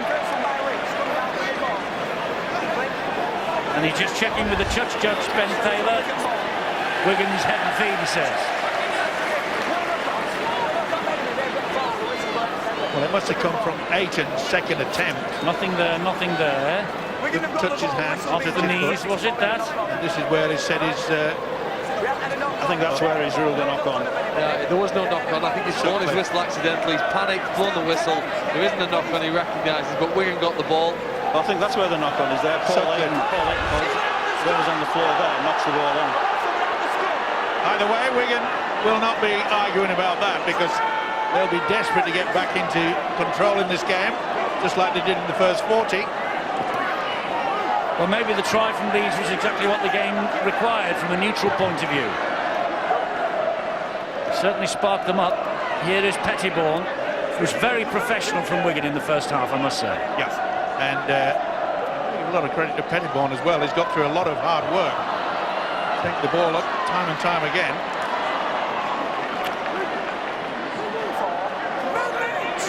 Powell is in there waiting for Wigan as Bateman gets to his feet and plays it to him. Bateman felt that 3-man challenge. Blake to Farrell, brushes off one. Back to O'Loughlin, O'Loughlin standing start. Oh, this ball has come free. Couldn't have gone to a worse player. Good job that Sargentson was there because he halted Watkins. That'll be a penalty. It is a penalty. Could actually be 10 in the bin, this. Should be, never mind, could be. And that would put even more pressure on this Wigan outfit. That was a professional foul, Stuart, for all money, wasn't it? Well, he was. I think the Wigan player knew exactly what he was doing. You know, there was a great opportunity there for him to be put in the sin bin. He's just pulled him back. He knows if he gets a quick play of the ball, Leeds are going to be away. An opportunity for a sin bin there, and I think it should have been taken. So Leeds on the front foot suddenly at the start of this second half with Kylie Luluai. Paul Ayton brings it into centre field. Watkins again. Clubb gets to him. Yeah, good hit. He read it well, did Clubb. I think he lost that ball. They're asking for a knock-on. He's got away with it. Ben Thaler says, get up and play the ball. Pettiborn shot out of the line looking for Ayton. Ayton got away from him. This is Hardanger. Now he finds Peacock. Underneath the challenge from Clubb. Clubb comes back for a second snap. He's got it, he went high. Got the penalty as Peacock. Yeah, Peacock didn't like it. Not only did he get it once, he came from behind Clubb and gave it another Clubb. Step away, guys. Well, Jamie Peacock will remember his tussles with Wigan this year. There's the first. There's nothing wrong with the second. It was over the shoulders, but then there was a bit of schmozzle on the floor. Yeah. Handbags, but this is just what Leeds want. And what they're doing, Steve, they're getting away from those tight six. Nice wide passes, you see run-arounds. Tip-ons, get away from those big, horrible things in the middle. Well, they're confusing the Wigan outfit. They're losing their cool. You remember the night that Leeds progressed in the Challenge Cup against Lee as well. Sarsfield, he had a bit of a set to with, didn't he, that night, Jamie Peacock. Here is Hardaker, he drops the kick in behind Charnley, but Charnley does well, goes to ground and gets away with it. No, it doesn't get away with things. He's used his own player and run round him. You've got to say that that is right. He utilised Matty Bowen. As the Leeds defenders are prevented from tackling him. His run behind his own man would have been exactly the same in the other end. So can Leeds capitalise on that penalty that they've just received? Ayton off the ground to Liam Sutcliffe. He finds Sinfield, passes then to Watkins. No, the ball's come free. Watkins loses on the ground. Sargentson is tackled by Briscoe and Ablett, and the referee will bring them back. Yeah, and it's getting spicy. Sean Wayne's got to get the message out. Do not be distracted. Get back to the game plan. This is silly, pushing and shoving. It's only helping the Rhinos. Ben Thaler, if memory serves, was the referee at the Magic weekend, wasn't he? And do you know what? I was watching the first 40 minutes. I was getting the impression that both teams were thinking, let's just get this game out of the way. I know it's Wigan Leeds. I know there's a lot at stake in terms of bragging rights, but there's not much else to gain. But I think they've gone in at half-time. They've said to one another, come on, let's give it a crack this game. And the referee talking sternly to the captains of both sides. Baz, you've been involved in sort of incidents like this, and you know you're under the cosh. Hey, what do we do? Let's cause a little bit of a fracas. What are you insinuating, that there might be a fight from this scrum, Steve-O? There could be anything the way it's building. I think the intensity and the toughness will come from the collisions and the extra work. You might see a bit of pushing and shoving, a bit of flare-up, but as I said, I thought in the first 20-25 minutes, nobody wants a yellow card, a red card, nobody wants to be in front of the disciplinary on Tuesday night, but it's getting to that point now where nobody's worried about what happens after the final whistle. Let's just deal with what's in front of us. Crosby pushed back and spun by 3 Leeds defenders. McAlorum. Suddenly Wigan struggling to get out of their own half of the field. And this is where they've just got to calm down, make sure the kick and the chase is good. Smith all along the ground. It's not a bad one, Eddie. Leeds have got the numbers, and boy, do they have the red and white numbers. Or should I say, cherry. Briscoe from dummy half, scampering away. Can't get through Farrell though, can he? No, down he goes. Got to be careful. Sinfield, Jones Buchanan, leads over halfway, now pushed back by 3. And all it takes is just lack of composure. Don't get yourself sorted out, messing around at the play the ball area. Ooh, that looks slightly forward.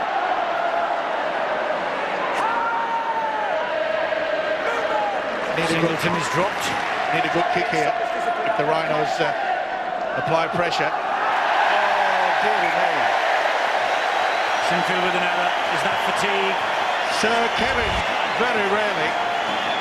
It's fatigue from the hooker, I think. Paul Ayton, he's really hit and hurt some people when he's made tackles.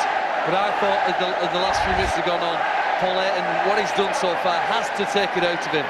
They don't have Rob Burrow to bring on their own players as second hooker.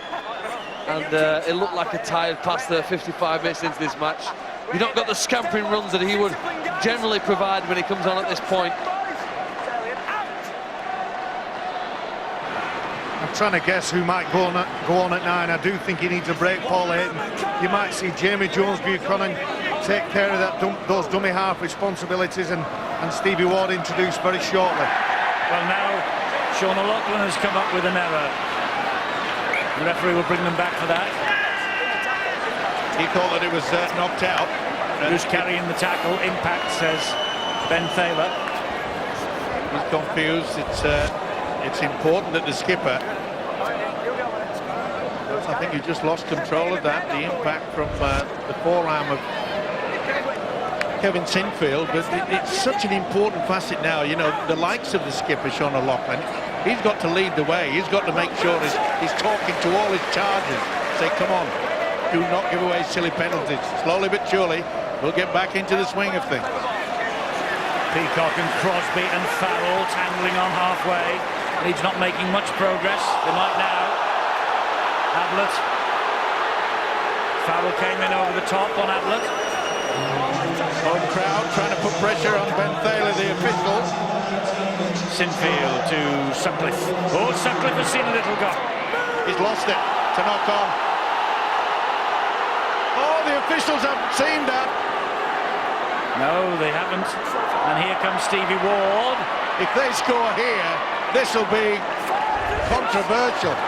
He lost control of it, and the officials have missed it. Sinfield. Angle kick off the outside of the boot, only finds Bowen. Good positional work. Great stuff from Matty Bowen there. Sargentson again. Oh, that could have been a flop. Bowen once more. That could have been a flop. You're right, Steve. There's a lot going on. There's the penalty.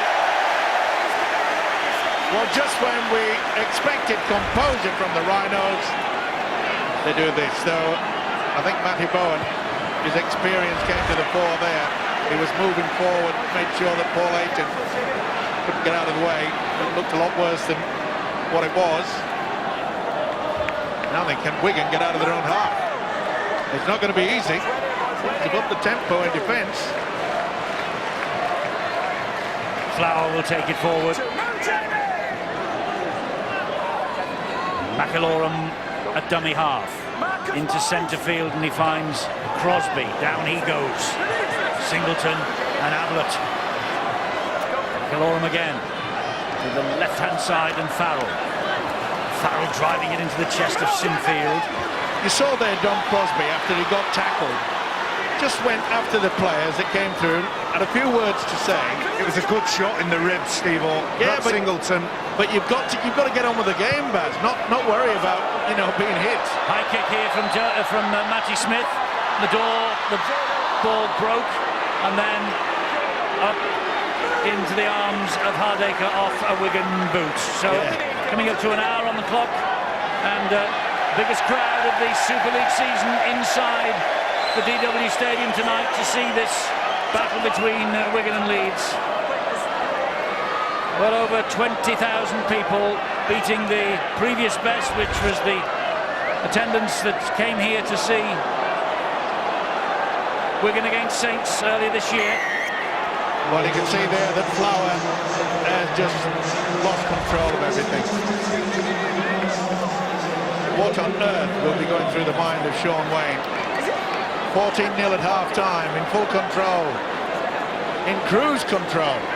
And then they start trying to prove how tough they are and lose 35 metres.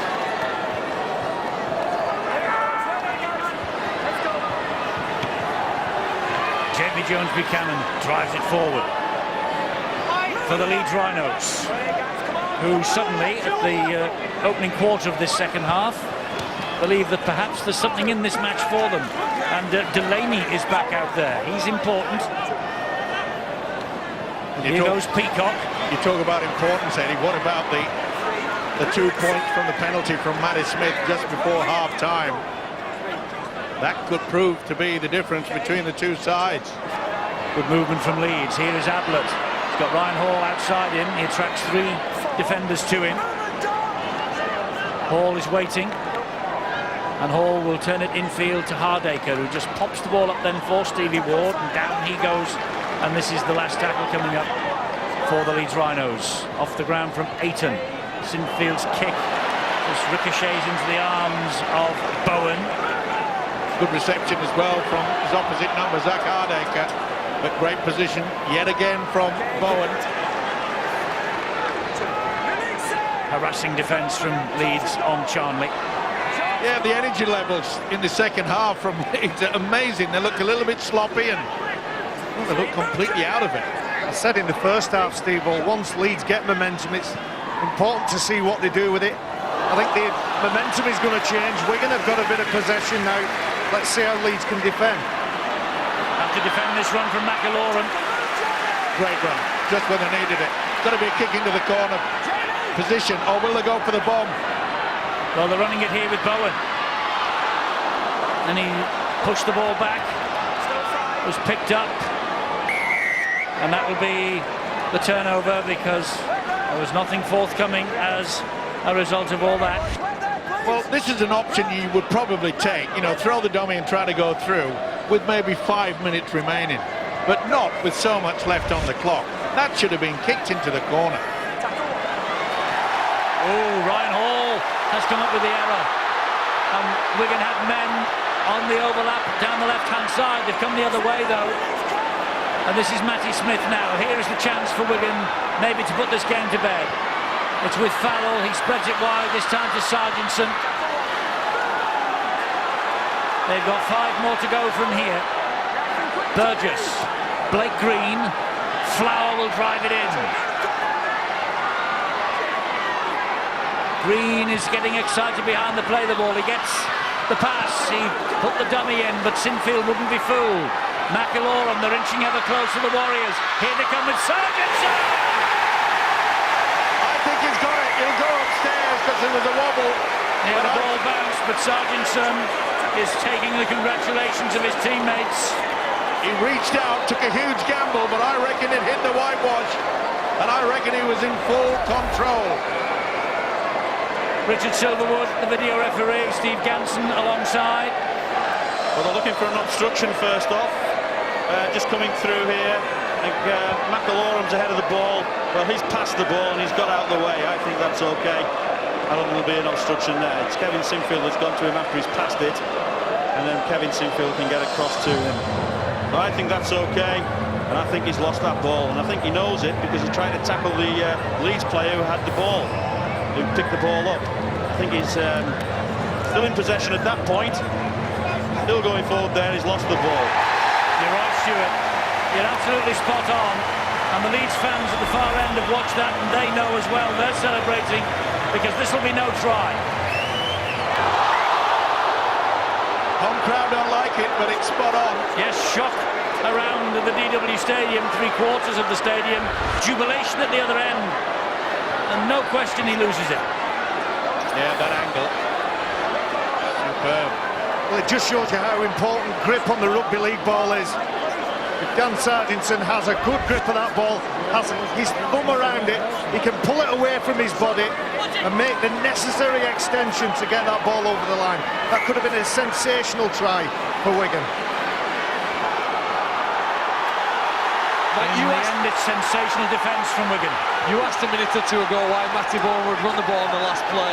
I think the best player sense when a try is coming. It didn't come for Bowen on that play, and it hasn't been for Sargentson. But even the supporters in this ground, they've got a pretty good rugby league knowledge, and they know that there's a try coming pretty soon if Wigan can maintain their intensity. And they are intense. They're intense in defence. 3 tackles gone. Leeds have only made 12 metres. Here is Sinfield. Whoa, and Farrell. He got a big shot in, and there's knock-ons all over the place. Oh, the referee wants the tackle against taken first up, and then says it is a knock-on. The touch judge giving him the call, and they're working in tandem. He gives him the thumbs up. It's head and feed Wigan. Yeah, well, they're claiming that foul went very, very high in the centre. And you can see on the replay that he certainly does. That really should have been penalised. I know they say, well, it came off the shoulder first, but it went into the mush. Well, there's contact with the head, and I think to be consistent with what's happened during the game, that's probably a penalty. No doubt about it. So Wigan relieved, but it has a habit, doesn't it? These things seem to level themselves out throughout the game. Bateman now. Wigan looking to turn the screw as we approach the last quarter of an hour. McAlorum to Matty Smith. This is Ben Flower. Kevin Sinfield barking the instructions out to Brett Delaney. Get back in the defensive line. That's exactly what he's done. And that's why Don Crosby has just hit the deck. Wigan down to 12. Matt Bowen has taken an age to get his shoelaces, or bootlaces, should I say. He's still working on it. I don't know whether it's an injury. No, there he is. Ben Flower plays the ball. McAlorum gives it to O'Loughlin. O'Loughlin to Liam Farrell to the in goal. Could be something on the cards here for Burgess. No, the referee says goal line dropout. Wonderful skill from Liam Farrell. Shows you the beauty of the modern day second rower. Puts a lovely kick in the in goal with his left foot. Execution is perfect. And Tom Burgess, 6'15" of him. If he's 6'16", he gets that ball. Yeah, great effort by Briscoe, but the big second rower, Liam Farrell, neat little chip into the corner. They get possession, and Leeds have gone for it, and they've got it. How many times does he do that? Leeds will get the scrum feed from that. I needed big kahunas then, Kevin Sinfield. If he gets that wrong, Wigan going for a try. And Wigan are fuming. They look at one another and say, how can we lapse in concentration? You reckon he's fuming? I wish we had a camera on Sean Wayne. He's always fuming. What could you have done there, Barry? Some players are just undefendable. It was a great kick. There was a very tiny gap between the supporters. He hit the ball fast. Just a great shot. I agree, Phil. I agree. But you know, Kevin Sinfield, if there's anybody on the pitch that will try things like that, it's him. It was tremendous. It was a great goal line dropout, as it turned out, because Leeds have got the possession. OK, they're inside their own half, but they're not defending their own line. They're looking to threaten Wigan at the other end, and here they come. Here they come with Sutcliffe. Neat dummy. Good job that Bateman got back in time. Peacock and Sinfield, who it went to nobody in particular, but Delaney picked it up, and then Flower and Farrell picked him up. And Ayton gets it away to Peacock. And Peacock dumps the ball down, took a chance. Here is Ward, spreads it wide to Ryan Hall. The threat of Ryan Hall, it means that 2, 3 and 4 line up. If he beats the first two, they hope he won't beat the next two. Knock on. Knock on by Ryan Hall. Can't believe it. In a good position. And really, he should have tried to regain his feet and balance before he tried to play at that. He was still crouched when he put the ball on the floor, lost control. And Wigan will be in no rush at all to set this scrum. No, they're not. Well, these two sides contested that first ever Old Trafford Grand Final. Never been back there together since. Wigan had the likes of Andy Farrell, Jason Robinson on the show. They were on the show pre-match tonight when the legends took to the field. Kevin Ellis on the other side. Had a message from him during half-time. He said the boys were buzzing. And that's Kevin's trademark. The boys are buzzing. From 92 at Melbourne, Steve-O, do you remember it? My word, I do. He was our man on the sideline. Great Britain were flattening the Aussies, and I went down to him and said, how are they going, Kev? He said, the boys are buzzing. And boy, they were. Well, you could see there that Lulawai pulled it out with the help of Happy memories that for Phil Clark. You got to try that night, didn't you? I think somebody slipped in the Australian defence. Yeah, don't squeeze on for a minute. Wigan want to squeeze over for another try here now, don't they? Just to take the pressure off.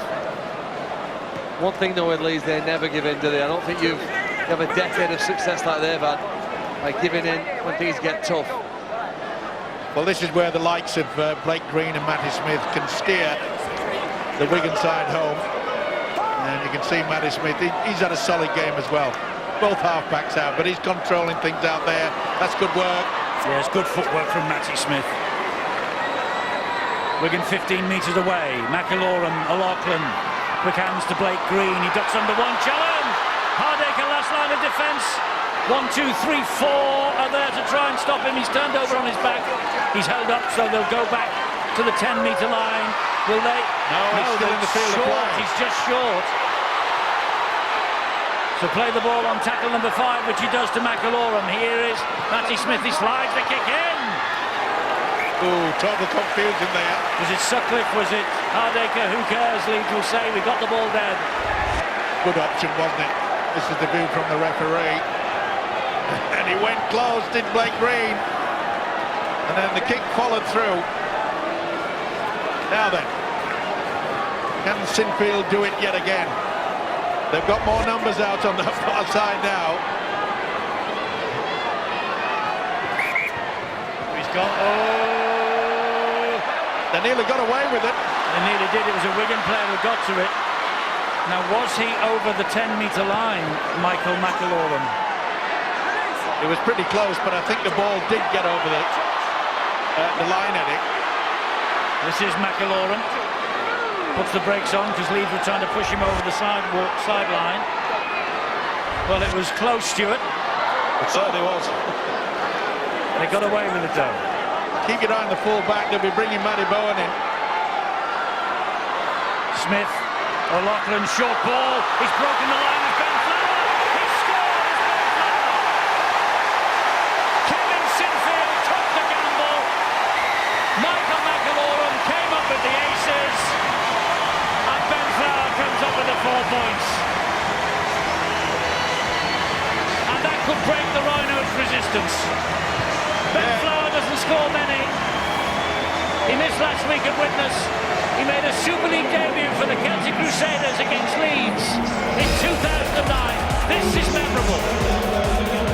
It went over the line just before McIlorum got a boot to it. But this is how the three-quarter line was setting up. Leeds didn't realise that Flower was coming in on the angle. They thought it was going to be a three-quarter move, but it was a delayed pass from the skipper, Sean O'Loughlin, and Flower surely has sealed it and sent these fans into absolute delight. He must be delighted when we turn up, Ben Flower, because that's his first try since we were here against Hull Kingston Rovers in March. He scored that night, he scored this night, and it just could be the one that sees Wigan home and pushes them further up that table. Because it's all about where you finish now. And Kevin Sinfield, the skipper, well, it was a huge gamble he took. It was brilliant earlier on when he found the touchline. This time he went for short kick. It made the 10 just. McIlorum got a foot to it. And the rest, well, read it in the papers in the morning. Ben Flower has scored the try. Now then, Matty Smith to add the extras he hopes. And just about, taking a chance saying this, just about putting this game to bed for Wigan. Which he does. So it's 20 points to 6. Back to the 14-point advantage Wigan held at half-time. Well, it's the Wigan special play. You expect the ball to go out wide. Here's the shot. Drop out. Josh Charnley just kicks it back to one of his teammates, but I want you to watch the hard line that Ben Flower takes. When Sean O'Loughlin passes that ball, he looks behind, it's the no-look pass, and Ben Flower takes that hard line, eyes wide open. He's either going to catch it and score a try, or he's going to get a clout. Stuart, that was mighty, mighty close. I don't think that there would have been thousands of complaints from Wiganers had Ben Thaler said it was inside the 10, and look, it's... Well, it's very close, but, you know, let's point out that we've had a look 4 times now. Oh, yeah, you on could, very yes. slow motion. No. They've got to make a decision live, and you know, I can't tell whether that ball's made the line or not from what we've seen. So I think play on's the right decision in that case. Well, he's not arguing. 100 matches in charge of Wigan tonight. Sean Wayne could be a winning 100. Interesting to see how Wigan play this game now. Will they play safety first? But this will help them. Giving away a silly penalty as Ward. A few words having been said. Ablett said, "What's that for?" A little bit of a facial. He's saying there was a hand in the face. There it is.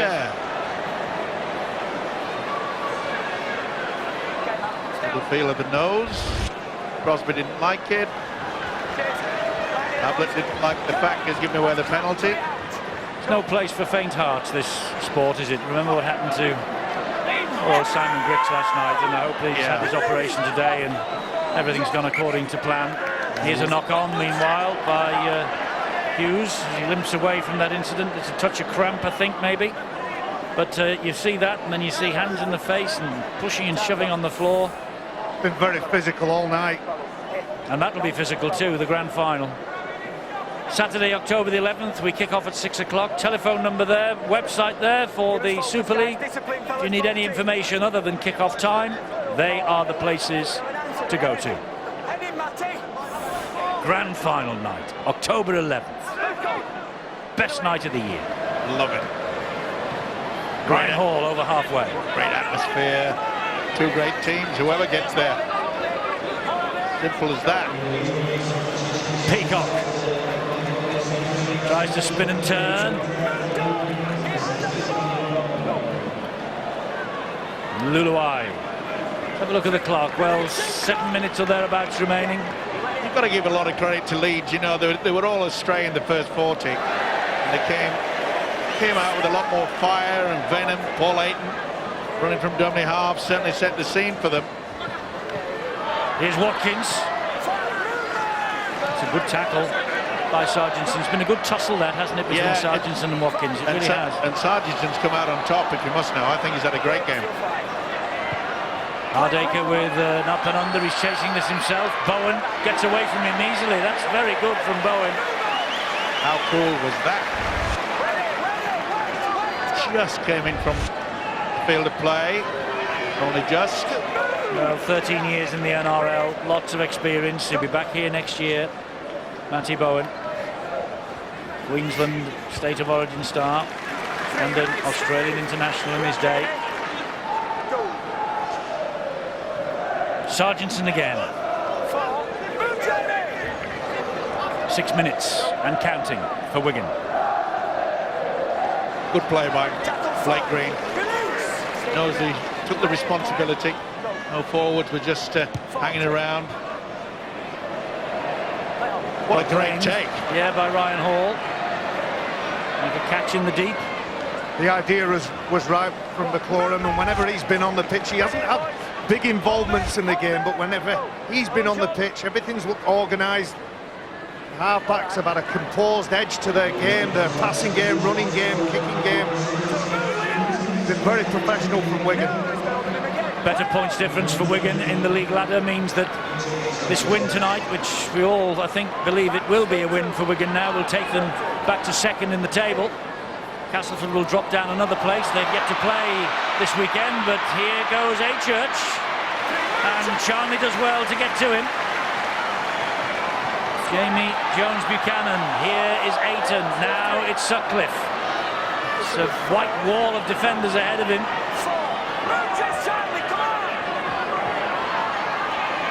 Ayton again.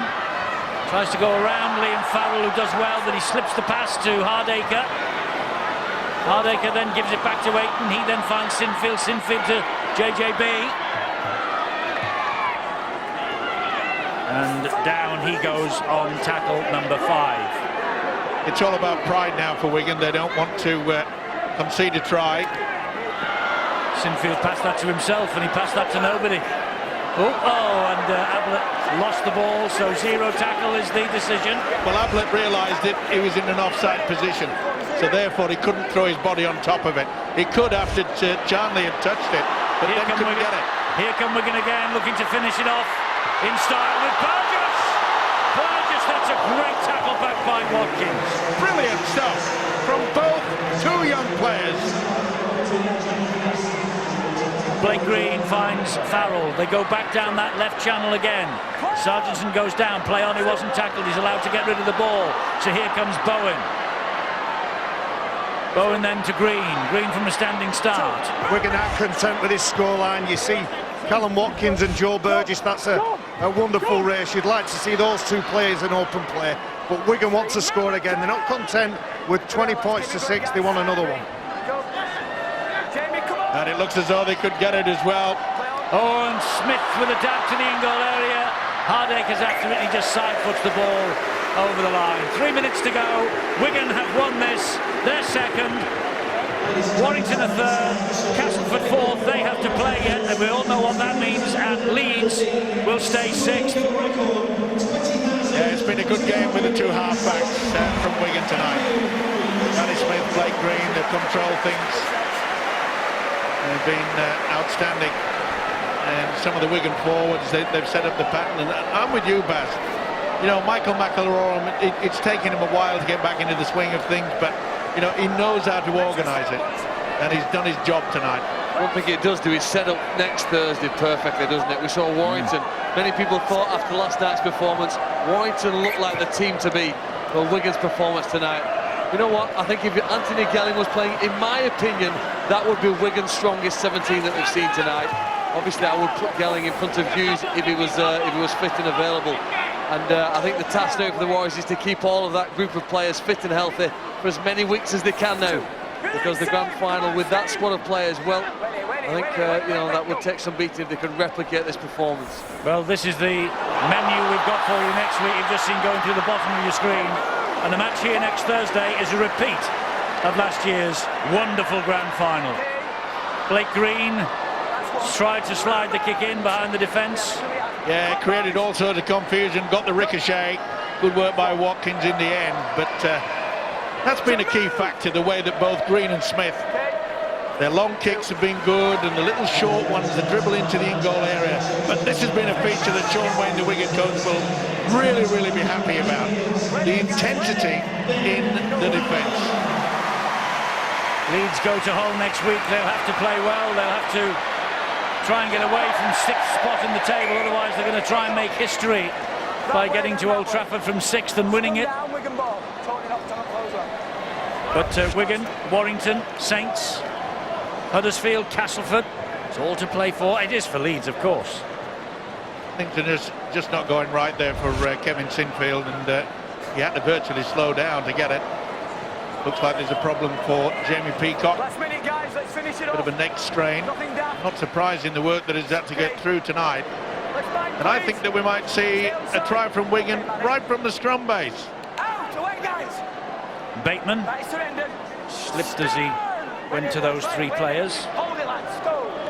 Peacock maybe with a problem on the neck, the ice on the back of the neck. Here goes Farrell. Farrell churning up the ground. And Leeds churning up to get to him. Well, he went 10 metres forward and then 5 back. It's Green. He gives it to Pettiball. He's been impressive as well. Came off the bench, got through a lot of work. Matty Smith with a one-pointer. And that will wrap it up 100%.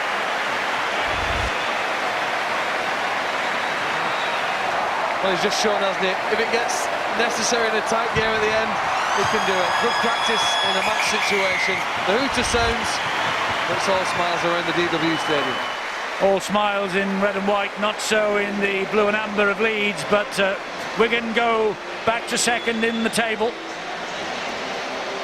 And Leeds, well, they're stuck in sixth at the moment. One game to go for both of these two clubs. And it's 4 defeats in a row in Super League for the Rhinos, punctuated, of course, by the Challenge Cup final success And for Wigan, after their heavy defeat by Widnes last week, in many people's eyes a shock defeat by Widnes last week, they get their Old Trafford challenge back on course. They're second in the table. Blake Green's the man of the match. He's with Rob. Blake, well done on the man of the match performance and a big win for Wigan. Just some of how important that might be going into the playoffs. Oh, it was really important for us. We've been pretty ordinary over the last sort of 3 or 4 weeks. So, you know, we spoke about putting a performance together, and the table's that tight. Hopefully that keeps us up in there in sort of 3rd, 4th position. We know you'll be leaving the club at the end of the season. How much of a goal is it for you personally to end your Wigan career at Old Trafford? Yeah, it'll be massive, you know.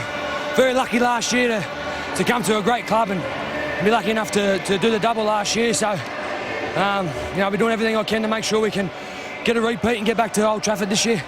You've had 1 or 2 injuries this season, we know. Do you feel you're getting back to full fitness, ready for the playoffs? Slowly. Yeah, that was a tough one there for me tonight. I was blowing hard in patches there, so. But, you know, I'll get another game next week before the playoffs and get some fitness under my belt, so. Well, look, well done tonight. We'll see you next week against Warrington. Well done, Blake. Thanks very much. Cheers.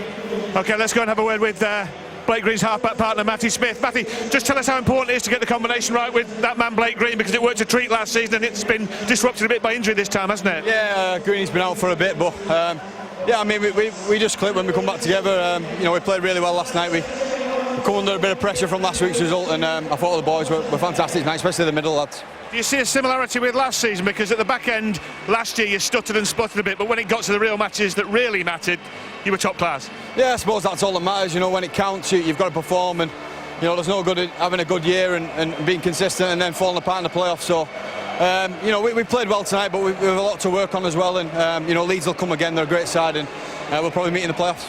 Very important game next week against Warrington in terms of finishing as high as you can, maybe top 2. Give us a thought on that game, Matty, if you could. Yeah, the league leaders has gone now for us, but you know, it's important to finish as high as you can and hopefully get their own advantage. You know, we want to finish second now, and we'll be pushing hard. You know, next week we've got a tough game against Warrington again. You know, they come off a great result at Saints, so you know, it's going to be a great game next week. Well played tonight, Matty. Thanks for talking to us. Cheers. Thank you, mate. Yeah, there's a big crowd here tonight. There's surely going to be a big crowd here at the DW Stadium on Thursday when Warrington come to town. Wigan-Warrington, that's our next appointment with you. But after this break, we look back on this match as Wigan came home for the first time since the 31st of July and went second in the first utility Super League table. And their bid is bang on course.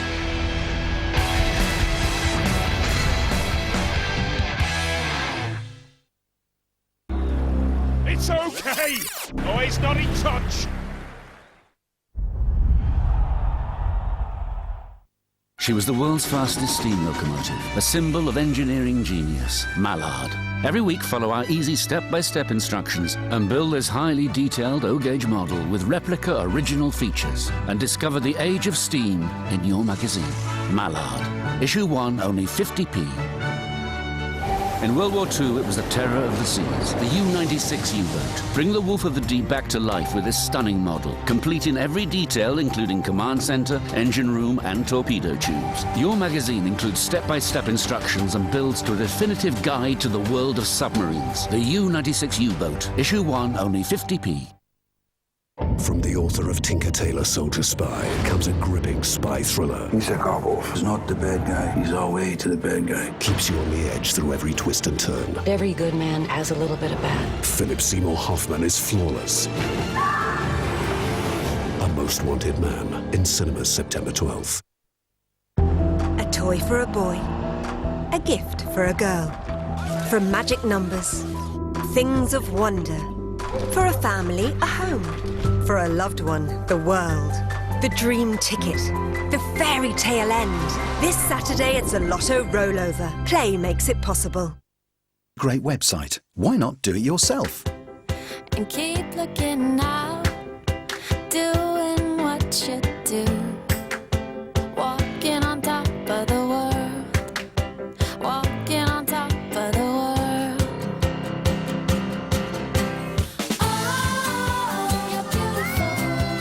Show the world what you can do. Create your stunning website today. Go to wix.com. It's easy and free. Sport. We all talk about it, but I get to live it. I get the VIPs from A to B.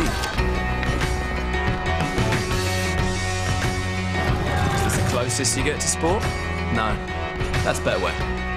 Live streaming, live odds, bet in play. Because whatever you think you know, right now, anything could happen. With a free bet worth up to £50. Live sport, bet your way at betway.com. This is Alpecin Caffeine Shampoo for men. Take a good look because it's moving fast. In fact, it sold over 2 million bottles in Germany last year alone. To find out why, get down to leading supermarkets and pharmacies. Alpecin Caffeine Shampoo. German engineering for your hair. Ah, Jeff. Come and see our bonding demonstration. We're showing how the active ingredients of Colgate Total bond to protect the whole mouth. That's what makes it so different from many other toothpastes. You mean like this? Its unique technology bonds to teeth, gums, tongue, cheeks, in fact 100% of your mouth, protecting it for 12 hours. Yes, Jeff. Now, come bond with us. Colgate Total. Superior protection from the mouth experts. #1 toothpaste brand used by dentists. Destination Paris 2016. Well, away we go. It's certainly a spectacular setting here. For the first time ever, Sky Sports will show the complete story of a European qualifying campaign with over 250 games.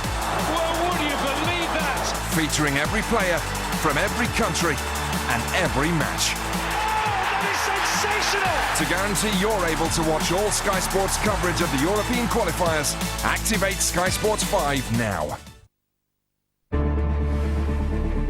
Sky Sports, your home of sport. Whenever you want, wherever you are. It's okay! Oh, it's not in touch!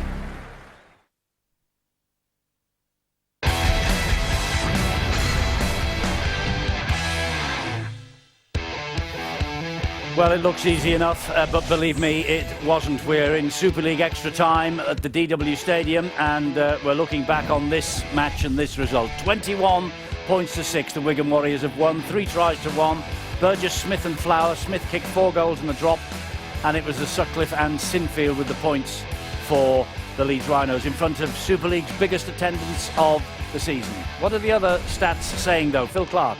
Well, the story of that second half was quite interesting. You know, both sides defended well, missed less than 20 tackles. There were less than 3 clean breaks in the match. But you can see on the right-hand side, those are the possessions that Leeds had. Not many of them went up to the 5th tackle. They didn't control the ball well enough.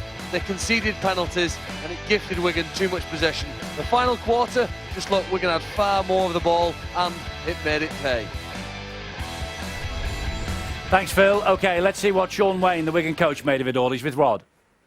That's a dangerous tackle. It's your 100th game in charge of Wigan tonight and your 71st victory. Just give us your impressions of it. I'm really pleased. We've been in a tough place these last few weeks, Rod, as you know. Not been our best performance, but today I thought we defended really tough.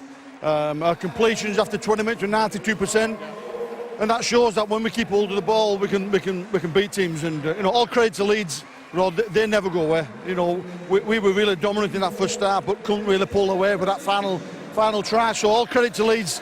They've got some outstanding play, but I thought we were really good today. I know it wasn't a playoff match, obviously, but it's champions against cup winners, so is it a playoff performance that by Wigan and a playoff victory in inverted commas? Yeah, I mean, it's what I said. We can play in big games. We know that. I know I've been ridiculed a bit about saying it, but we have done. We did it twice in 2 big games last year. And you know, it's very easy to understand. We complete and we defend with a bit of desire and a bit of guts. You know, we can beat anybody on our day. How much do you think the experience of last season as a group will help you as you go into the playoffs? Oh, it'll help us. There's no doubt about that. The last day when we won the double at Old Trafford was absolutely fantastic for me, for everybody, all our families, and they want that feeling again. I can tell this week's been really, really intense, and every game is like a grand final from now on. Warrington next Thursday, another in good form, so we need to be on our game and be really up for that game. Well done tonight, so we'll see you next Thursday. Cheers, Rob. Thank you. Yeah, we look forward to that. We will. This is what it means in terms of the table. 3 at the top have all played 26 matches. Castleford have just slipped a bit, but they play Wakefield over the weekend. Huddersfield in action too, as are Catalan and Widnes. Leeds, though, are currently in 6th place, and it might be tough for them to get any further up the table after this weekend. We shall see. All this week, Sean Wayne, well, I've read somewhere that he has been talking about the fatigue that winning the double takes out of a team. I don't know whether John and Brian will agree with that, but boy, Leeds looked a bit shattered in that match, the second half. Yeah, well, they faced a very good side, Eddie. They were 14-0 down at half-time. They needed to start the second half. Well, they did. They probably dominated, perhaps, that first half of the second half. Got themselves a very sloppy try through Liam Sutcliffe. They won't worry too much about that. But I guess the story of that, John, was that Wigan went with them. Wigan met that challenge. Well, I think the net result of all that extra possession and territory was 6 points from the Sutcliffe try. And to give you the statistics for that 20-minute block, from 40 minutes to 60 minutes, Wigan 44% of the possession, Leeds 56. And they didn't do an awful lot with that. 6 points. Exactly, and that's down to more of this, how we started the game. And this was directly following the Sargentson disallowed try, and another visible lift, another gear that Wigan offered up in defence. Very aggressive, as they said. I mean, Sean Wayne, you heard him there, they've been very intense in training this week. When you read into that, intense in defence, they've been knocking lumps out of each other all week, and two really important bits of pressure play there from Wigan, which put them back in the driving seat. Now, one man featured twice in those clips. He's wearing the number 10 jersey for the Wigan Warriors. I thought he must have gone very close to being man of the match, Ben Flower, and I guess it was his try in the end, John, that killed off the Leeds runners, but came on the back of Wigan building pressure and forcing Leeds to drop the ball out. Yeah, and some really subtle touches from some really gifted players. Matty Smith, have a look first of all at the kick. It's a feathered kick, so delicate, and he's threaded the eye of a needle there to give Matty Bowen half a chance, earn the repeat dropout. Yard either side, that's snaffled. Exactly. Now, Kevin Sinfield had already tried this once, so I think this from Michael McElroy, and we've looked at this, I've broken this down, frame by frame. He makes contact with the ball. I'll try and stop it at the right frame, there. Now, for me, that's all right. That's cleared the 10, and so that's play on. That ends up in Josh Charnley's hands. We can get the ball back. If he'd have left that another half a second, that would have been in the hands of Carl Ablett. That's massive. Now, Leeds, unfortunately, they got themselves stuck here in terms of numbers, and I think it was partly to do with that forced dropout and that not coming off, because at the start of this play, you've got 4 Wigan players, and so there's going to be 9 on the long side of the field, and compare that to 1, 2, 3, 4, 5, and 8, and we'll make 6. Carl Ablett's trying to usher them over to the right-hand side, but perhaps too little too late. Yeah, so and there'll be evidence of that in a second. So they're 3 down to for a start with.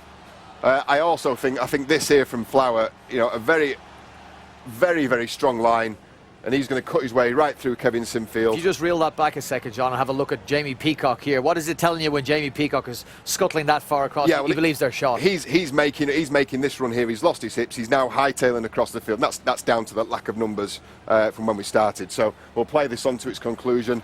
Great ball from Sean O'Loughlin.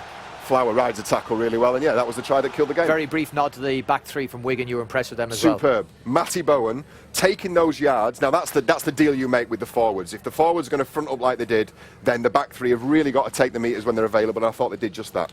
21 points to 6 in favour of the Wigan Warriors. Leeds Rhinos, well, they were pretty good in that game, just not good enough to beat Wigan on this occasion. I wonder what their coach, Brian McDermott, made of it. He's speaking to Rod. Brian, thanks for coming out to talk to us. Would it be fair to say that the first half was when the damage was really done?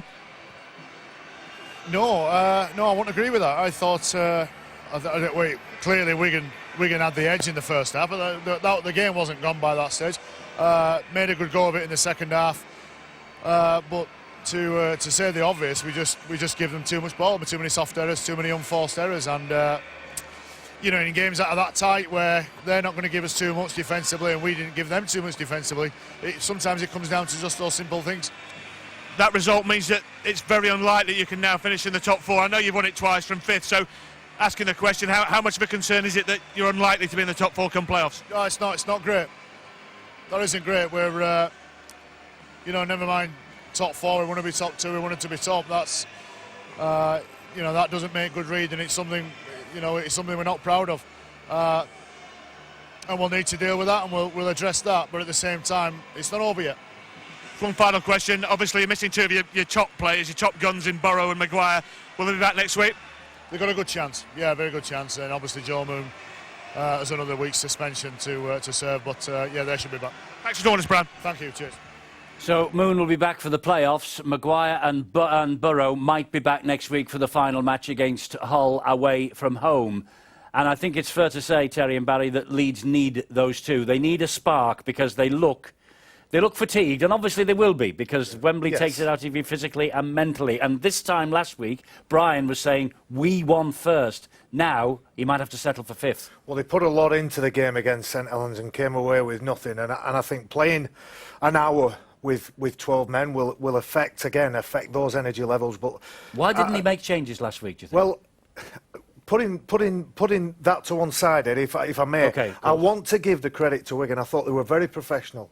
They were very professional. Now, in terms of last week and what Brian McDermott did and didn't do, he obviously had faith in the players, and he's known, and the players respect him for that. Amongst those Leeds Rhinos players, they know if they're doing what they're expected to do. It was only 12 points to 13.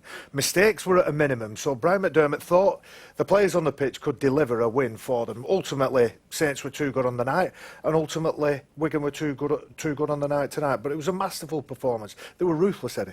Wigan, ruthless. Yes, they were. They were tonight. I think after what happened at Widnes last week, Terry, Sean Wayne demanded that. This was his 100th game. He wasn't aware of that until I told him yesterday, but he wasn't. But to be coach of Wigan for 100 games on a special night like that, personally, you want a response from your players, and he got it. Eddie, there was always going to be a reaction. You looked at the game when they played against Widnes. Every other time they had the ball, they made a mistake. They missed tackles. Blake Green, Matty Smith, there was a lot of times that they were throwing them passes. They were just going on the floor. It wasn't like the Wigan that we're used to. Maybe that was because of Widnes' defence, but I thought Wigan tonight, they were so aggressive. The desire was there. They knew that they let themselves down last week, and they knew it was a very good time to play against the Leeds Rhinos. They've come off the winning the Cup, then all of a sudden they've got to play against the Saints with 12 men. You look at the emotion that's gone into both of those games. It's a very good time to get the Rhinos. They played very fast from the start, and the speed of the game, I think, absolutely blew them away in that first 20 minutes of the game. I knew they'd be good tonight, and I knew they'd be aggressive, but I didn't think that Wigan would turn up and be able to control that aggression. I'm looking at Mickey McClorum in the match, and he just looked in complete control. Yes, he had some responsibility with the ball, and he's got to make sure that the right person gets the right pass, but his line speed and the way that he rallied around his teammates, I think that influenced everybody else around him. Great player, Mickey. That's a very good point.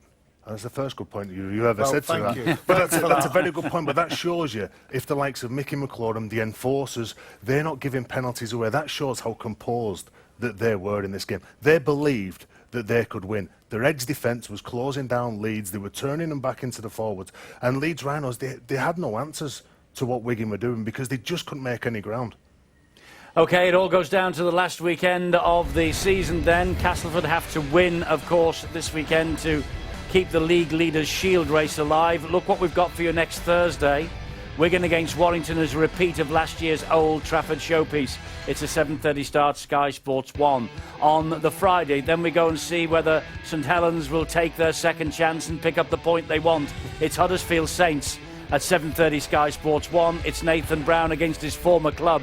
And if they don't, and the door's open for Castleford, can they kick it down in Perpignan against the Catalan Dragons? We'll be there with them live, as we have been in Perpignan all season. 4:55 on Sky Sports 3 next Saturday. A fantastic hat-trick of matches. We've had 2 corkers this weekend. I'll see you next for Boots and All. Till next week, bye-bye.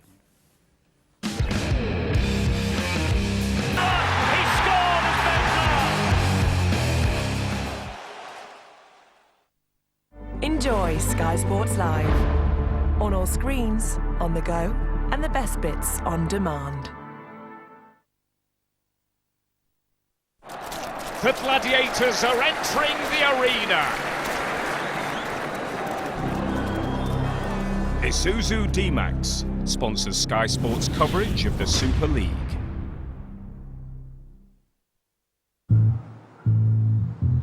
When Daddy had an accident, he was hurt a lot.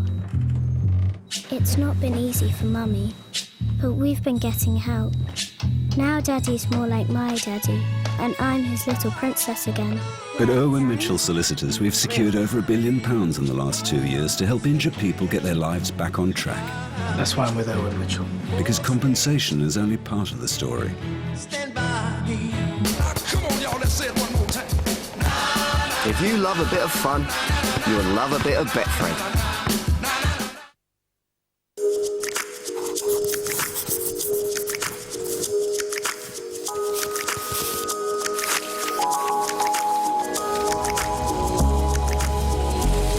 Over 10,000 customers have posted great reviews of our cars.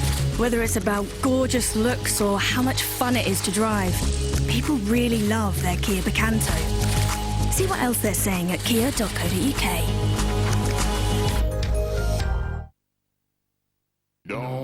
Paul was so impressed with the 5-star car insurance and the lovely people at LV that he recommended their great service to his brother Matt, who told his daughter Sophie, and then she told her friend James, and he told his auntie Sylvia. She went on to Over 1,000 people a day choose LV. Cover starts from just £169. No wonder we're the UK's most recommended insurer. Call us on 0800 507 507 or go to lv.com. Yesterday you were the Tullocks from Harlow, renowned parking space missers. Today, you're the Harlow Globetrotters, a family in perfect harmony. You swim from the same song sheet. Other families buy your photo at the end of the ride, your ping pong black belts, even though it's your first go. You see, on a Virgin holiday to Florida, you're the stars, and you're digging your spoons right to the bottom of the Knickerbocker glory of mojo. Virgin Holidays, unleash your mojo. At or protected. We only get one birthday a year. 253 steaming off to work days. A few lying in, lazing around days. Several family together bank holidays. But because Yakult's full of billions of bacteria, unique bacteria scientifically proven to reach the gut alive, there's billions of reasons why every day is a Yakult day. Sky Movies brings you all the action of Gravity in incredible 3D. And you can watch it whenever you want on demand. What do I do? Gravity. Available now on Sky Movies Premiere or see it in incredible 3D on demand.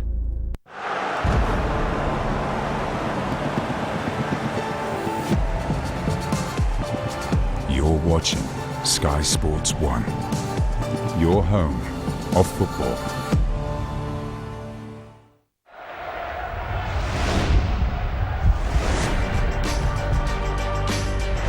Unbelievable performance. The Fantasy Football Club, sponsored by Gillette Fusion Program. The search is on for a new manager. Away for the fans. Good luck.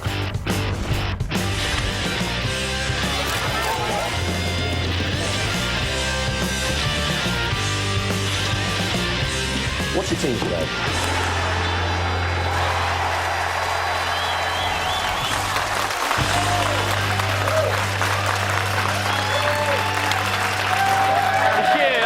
Welcome to the show. The Premier League might be on an international break, but here at the Fantasy Football Club, it is business as usual. We are the show all about picking teams and the people who pick them. So let's meet the man who picks ours. He's the Ray Wilkins to my Frank Stapleton. He is the Magic Man. He is Paul Merson. How are you, mate? Yeah, mate. Good to see you, pal. Good. OK, here is what is coming up on the show this week. Former Crystal Palace and Sheffield Wednesday striker Mark Bright makes his debut for the Fantasy Football Club. He won no less than 21 trophies during his time in the dugouts. Former Rangers, Everton and Scotland boss Walter Smith reveals the best players that played for him. And Wigan gaffer Uwe Rosler invites us into his technical area at the DW to find out what goes through the mind of a manager on match day. Nice man, nice man. Very steely eyes though, very steely glare. Would not want to get on the wrong side of Uwe Rosler. No, not even when he was playing. No way. No. Right, let's get our guest out. Just like Man United and Arsenal, we have been granted a transfer extension to complete our fourth signing of the season. Ladies and gentlemen, it's Mark Bright. Right, mate. Mark, You're welcome right, to the show. You are our latest signing. There's your shirt. We bought you to score goals just like these.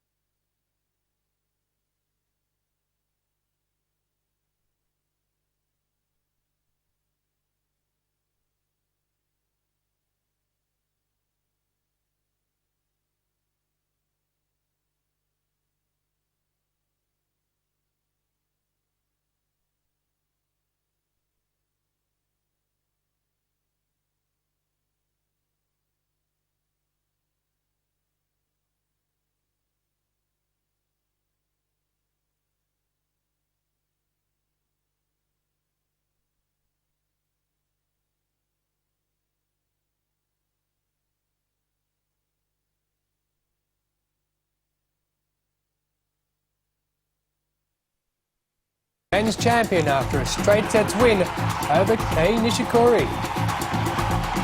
European champions Spain get their defence off to a strong start with a 5-1 win over Macedonia. And we're in Barcelona as the Basketball World Cup favourites USA prepare for their quarter-final against Slovenia on Tuesday. Hello there and welcome to the program. Plenty to get through, but we start with the tennis news that Croatia's Marin Cilic has won his maiden Grand Slam title after a straight sets win over Japan's Kei Nishikori at Flushing Meadows in New York, as Alex South reports. Cilic! New territory for both players and men's tennis as a whole. First major title. Cilic simply outplayed Nishikori from start to finish. A less than full Arthur Ashe Stadium was well and truly behind the Japanese player. Brought something special to me, especially Goran. The most important thing that he brought to me was joy in tennis and always having fun. And I think I enjoyed my best tennis over here and played the best ever in my life.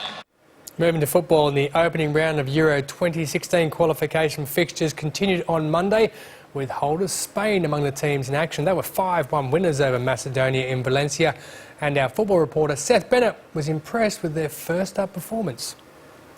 They desperately needed to put in a strong showing, didn't they? I think everybody was a bit frustrated, disappointed and surprised at their performance in Brazil, but they've bounced back very, very quickly. They'd lost 3 or 4 going into this game against Macedonia, but they were able to put on quite a show. 5 goals to their account as well, and that's what you need. This isn't going to be the most difficult qualifying campaign for them, but to start like this is just something that the rest of the football world can step back and look at and go, OK, yeah, Spain is still going to be a threat. In Group E, England. Roy Hodgson seems like he's been under pressure for years now, since that World Cup disappointment, but Danny Welbeck's 2 goals, certainly great for him. And Danny Welbeck has really caught the headlines, hasn't he, since he's made the move from Manchester United to Arsenal. He's spoken of his desire to play as a striker rather than to play as an attacking forward, wide on the right or on the left, as he was used an awful lot previously. He got that opportunity with the injury to Daniel Sturridge, and he really repaid the faith shown in him because he got those 2 goals, and 2 goals that were real strikers' goals, really well finished, and that's something I think that will give England a real confidence going into the remainder of their qualifying campaign, knowing that they've got more strength and depth than perhaps than others would have thought. Also, this is probably their trickiest fixture out of the whole of this qualifying campaign. To go to Switzerland, to get the result there, it's a great start for Roy Hodgson. They're the 2 main fixtures, Spain winning and, of course, England winning in Switzerland. What else caught your eye on the night? Another manager who's been under pressure for quite some time is Fabio Capello. He commands a massive salary, doesn't he, with Russia. They had a poor World Cup campaign, and I think, again, everybody had one eye on what they're going to do. Of course, they're going to host the World Cup, aren't they, in 2018, and so they need to be moving in the right direction, and that's exactly how they started. Not the best opposition in Liechtenstein, but a 4-0 victory will certainly please him. Sweden, another team. In Austria, you would expect Sweden to go there. They've got enough guns to be able to score enough goals to win that fixture. They were held to a 1-1 draw. But I think the big thing that this is such a relatively easy qualifying campaign with the top 2 going through, a playoff place as well. There's no reason why Sweden won't be there at the end of it. And let's take a look briefly at the full roundup of results from Monday's qualifiers. But for all the reaction, head to our website as always at bbc.com/sport. The Basketball World Cup quarter-finals take to the court on Tuesday in Barcelona, with heavy favourites USA in action against Slovenia. In the early match, Lithuania take on Turkey, but the crowds are gathering to watch the stars of the NBA, as Chris Mitchell reports. The experts might think that it's going to be a stroll in the park in the quarter-final, but the players, well, they're not so sure. For example, James Harden thinks there'll be a tough matchup. They're focused, they're playing very good basketball, and we are too, so it should be an exciting matchup tomorrow. You can see Team USA practicing hard behind me right now. That's Derrick Rose of the Chicago Bulls practicing his jump shot. But the question is, do Team USA need the practice? 6 games here in Spain at the World Cup and 6 easy victories. And their quarter-final against Slovenia on Tuesday night, well, that should be no different. It should be a walkover for them. The question is then, can anyone stop this team from winning the gold medal in a few days' time in Madrid? Slovenia has good players, but obviously nobody can challenge the the physical power that it needs and the talent they have. So luckily they have many fans here in Slovenia and they will enjoy the But the answer is no. The answer is clearly no. The answer is clearly no. Spain, United States seems inevitable, the final. We shall see. Now, the NFL season is only one weekend, but the Baltimore Ravens on Monday terminated running back Ray Rice's contract after the emergence of new video footage showing him punching and knocking out his fiancée, now wife, Janae Palmer.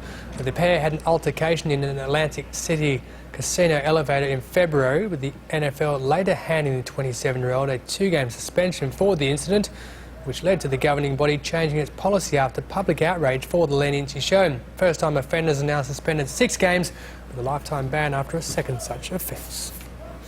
Now, the world's first all-electric racing car series gets underway this weekend on a street circuit built around Beijing's Olympic Bird Nest Stadium.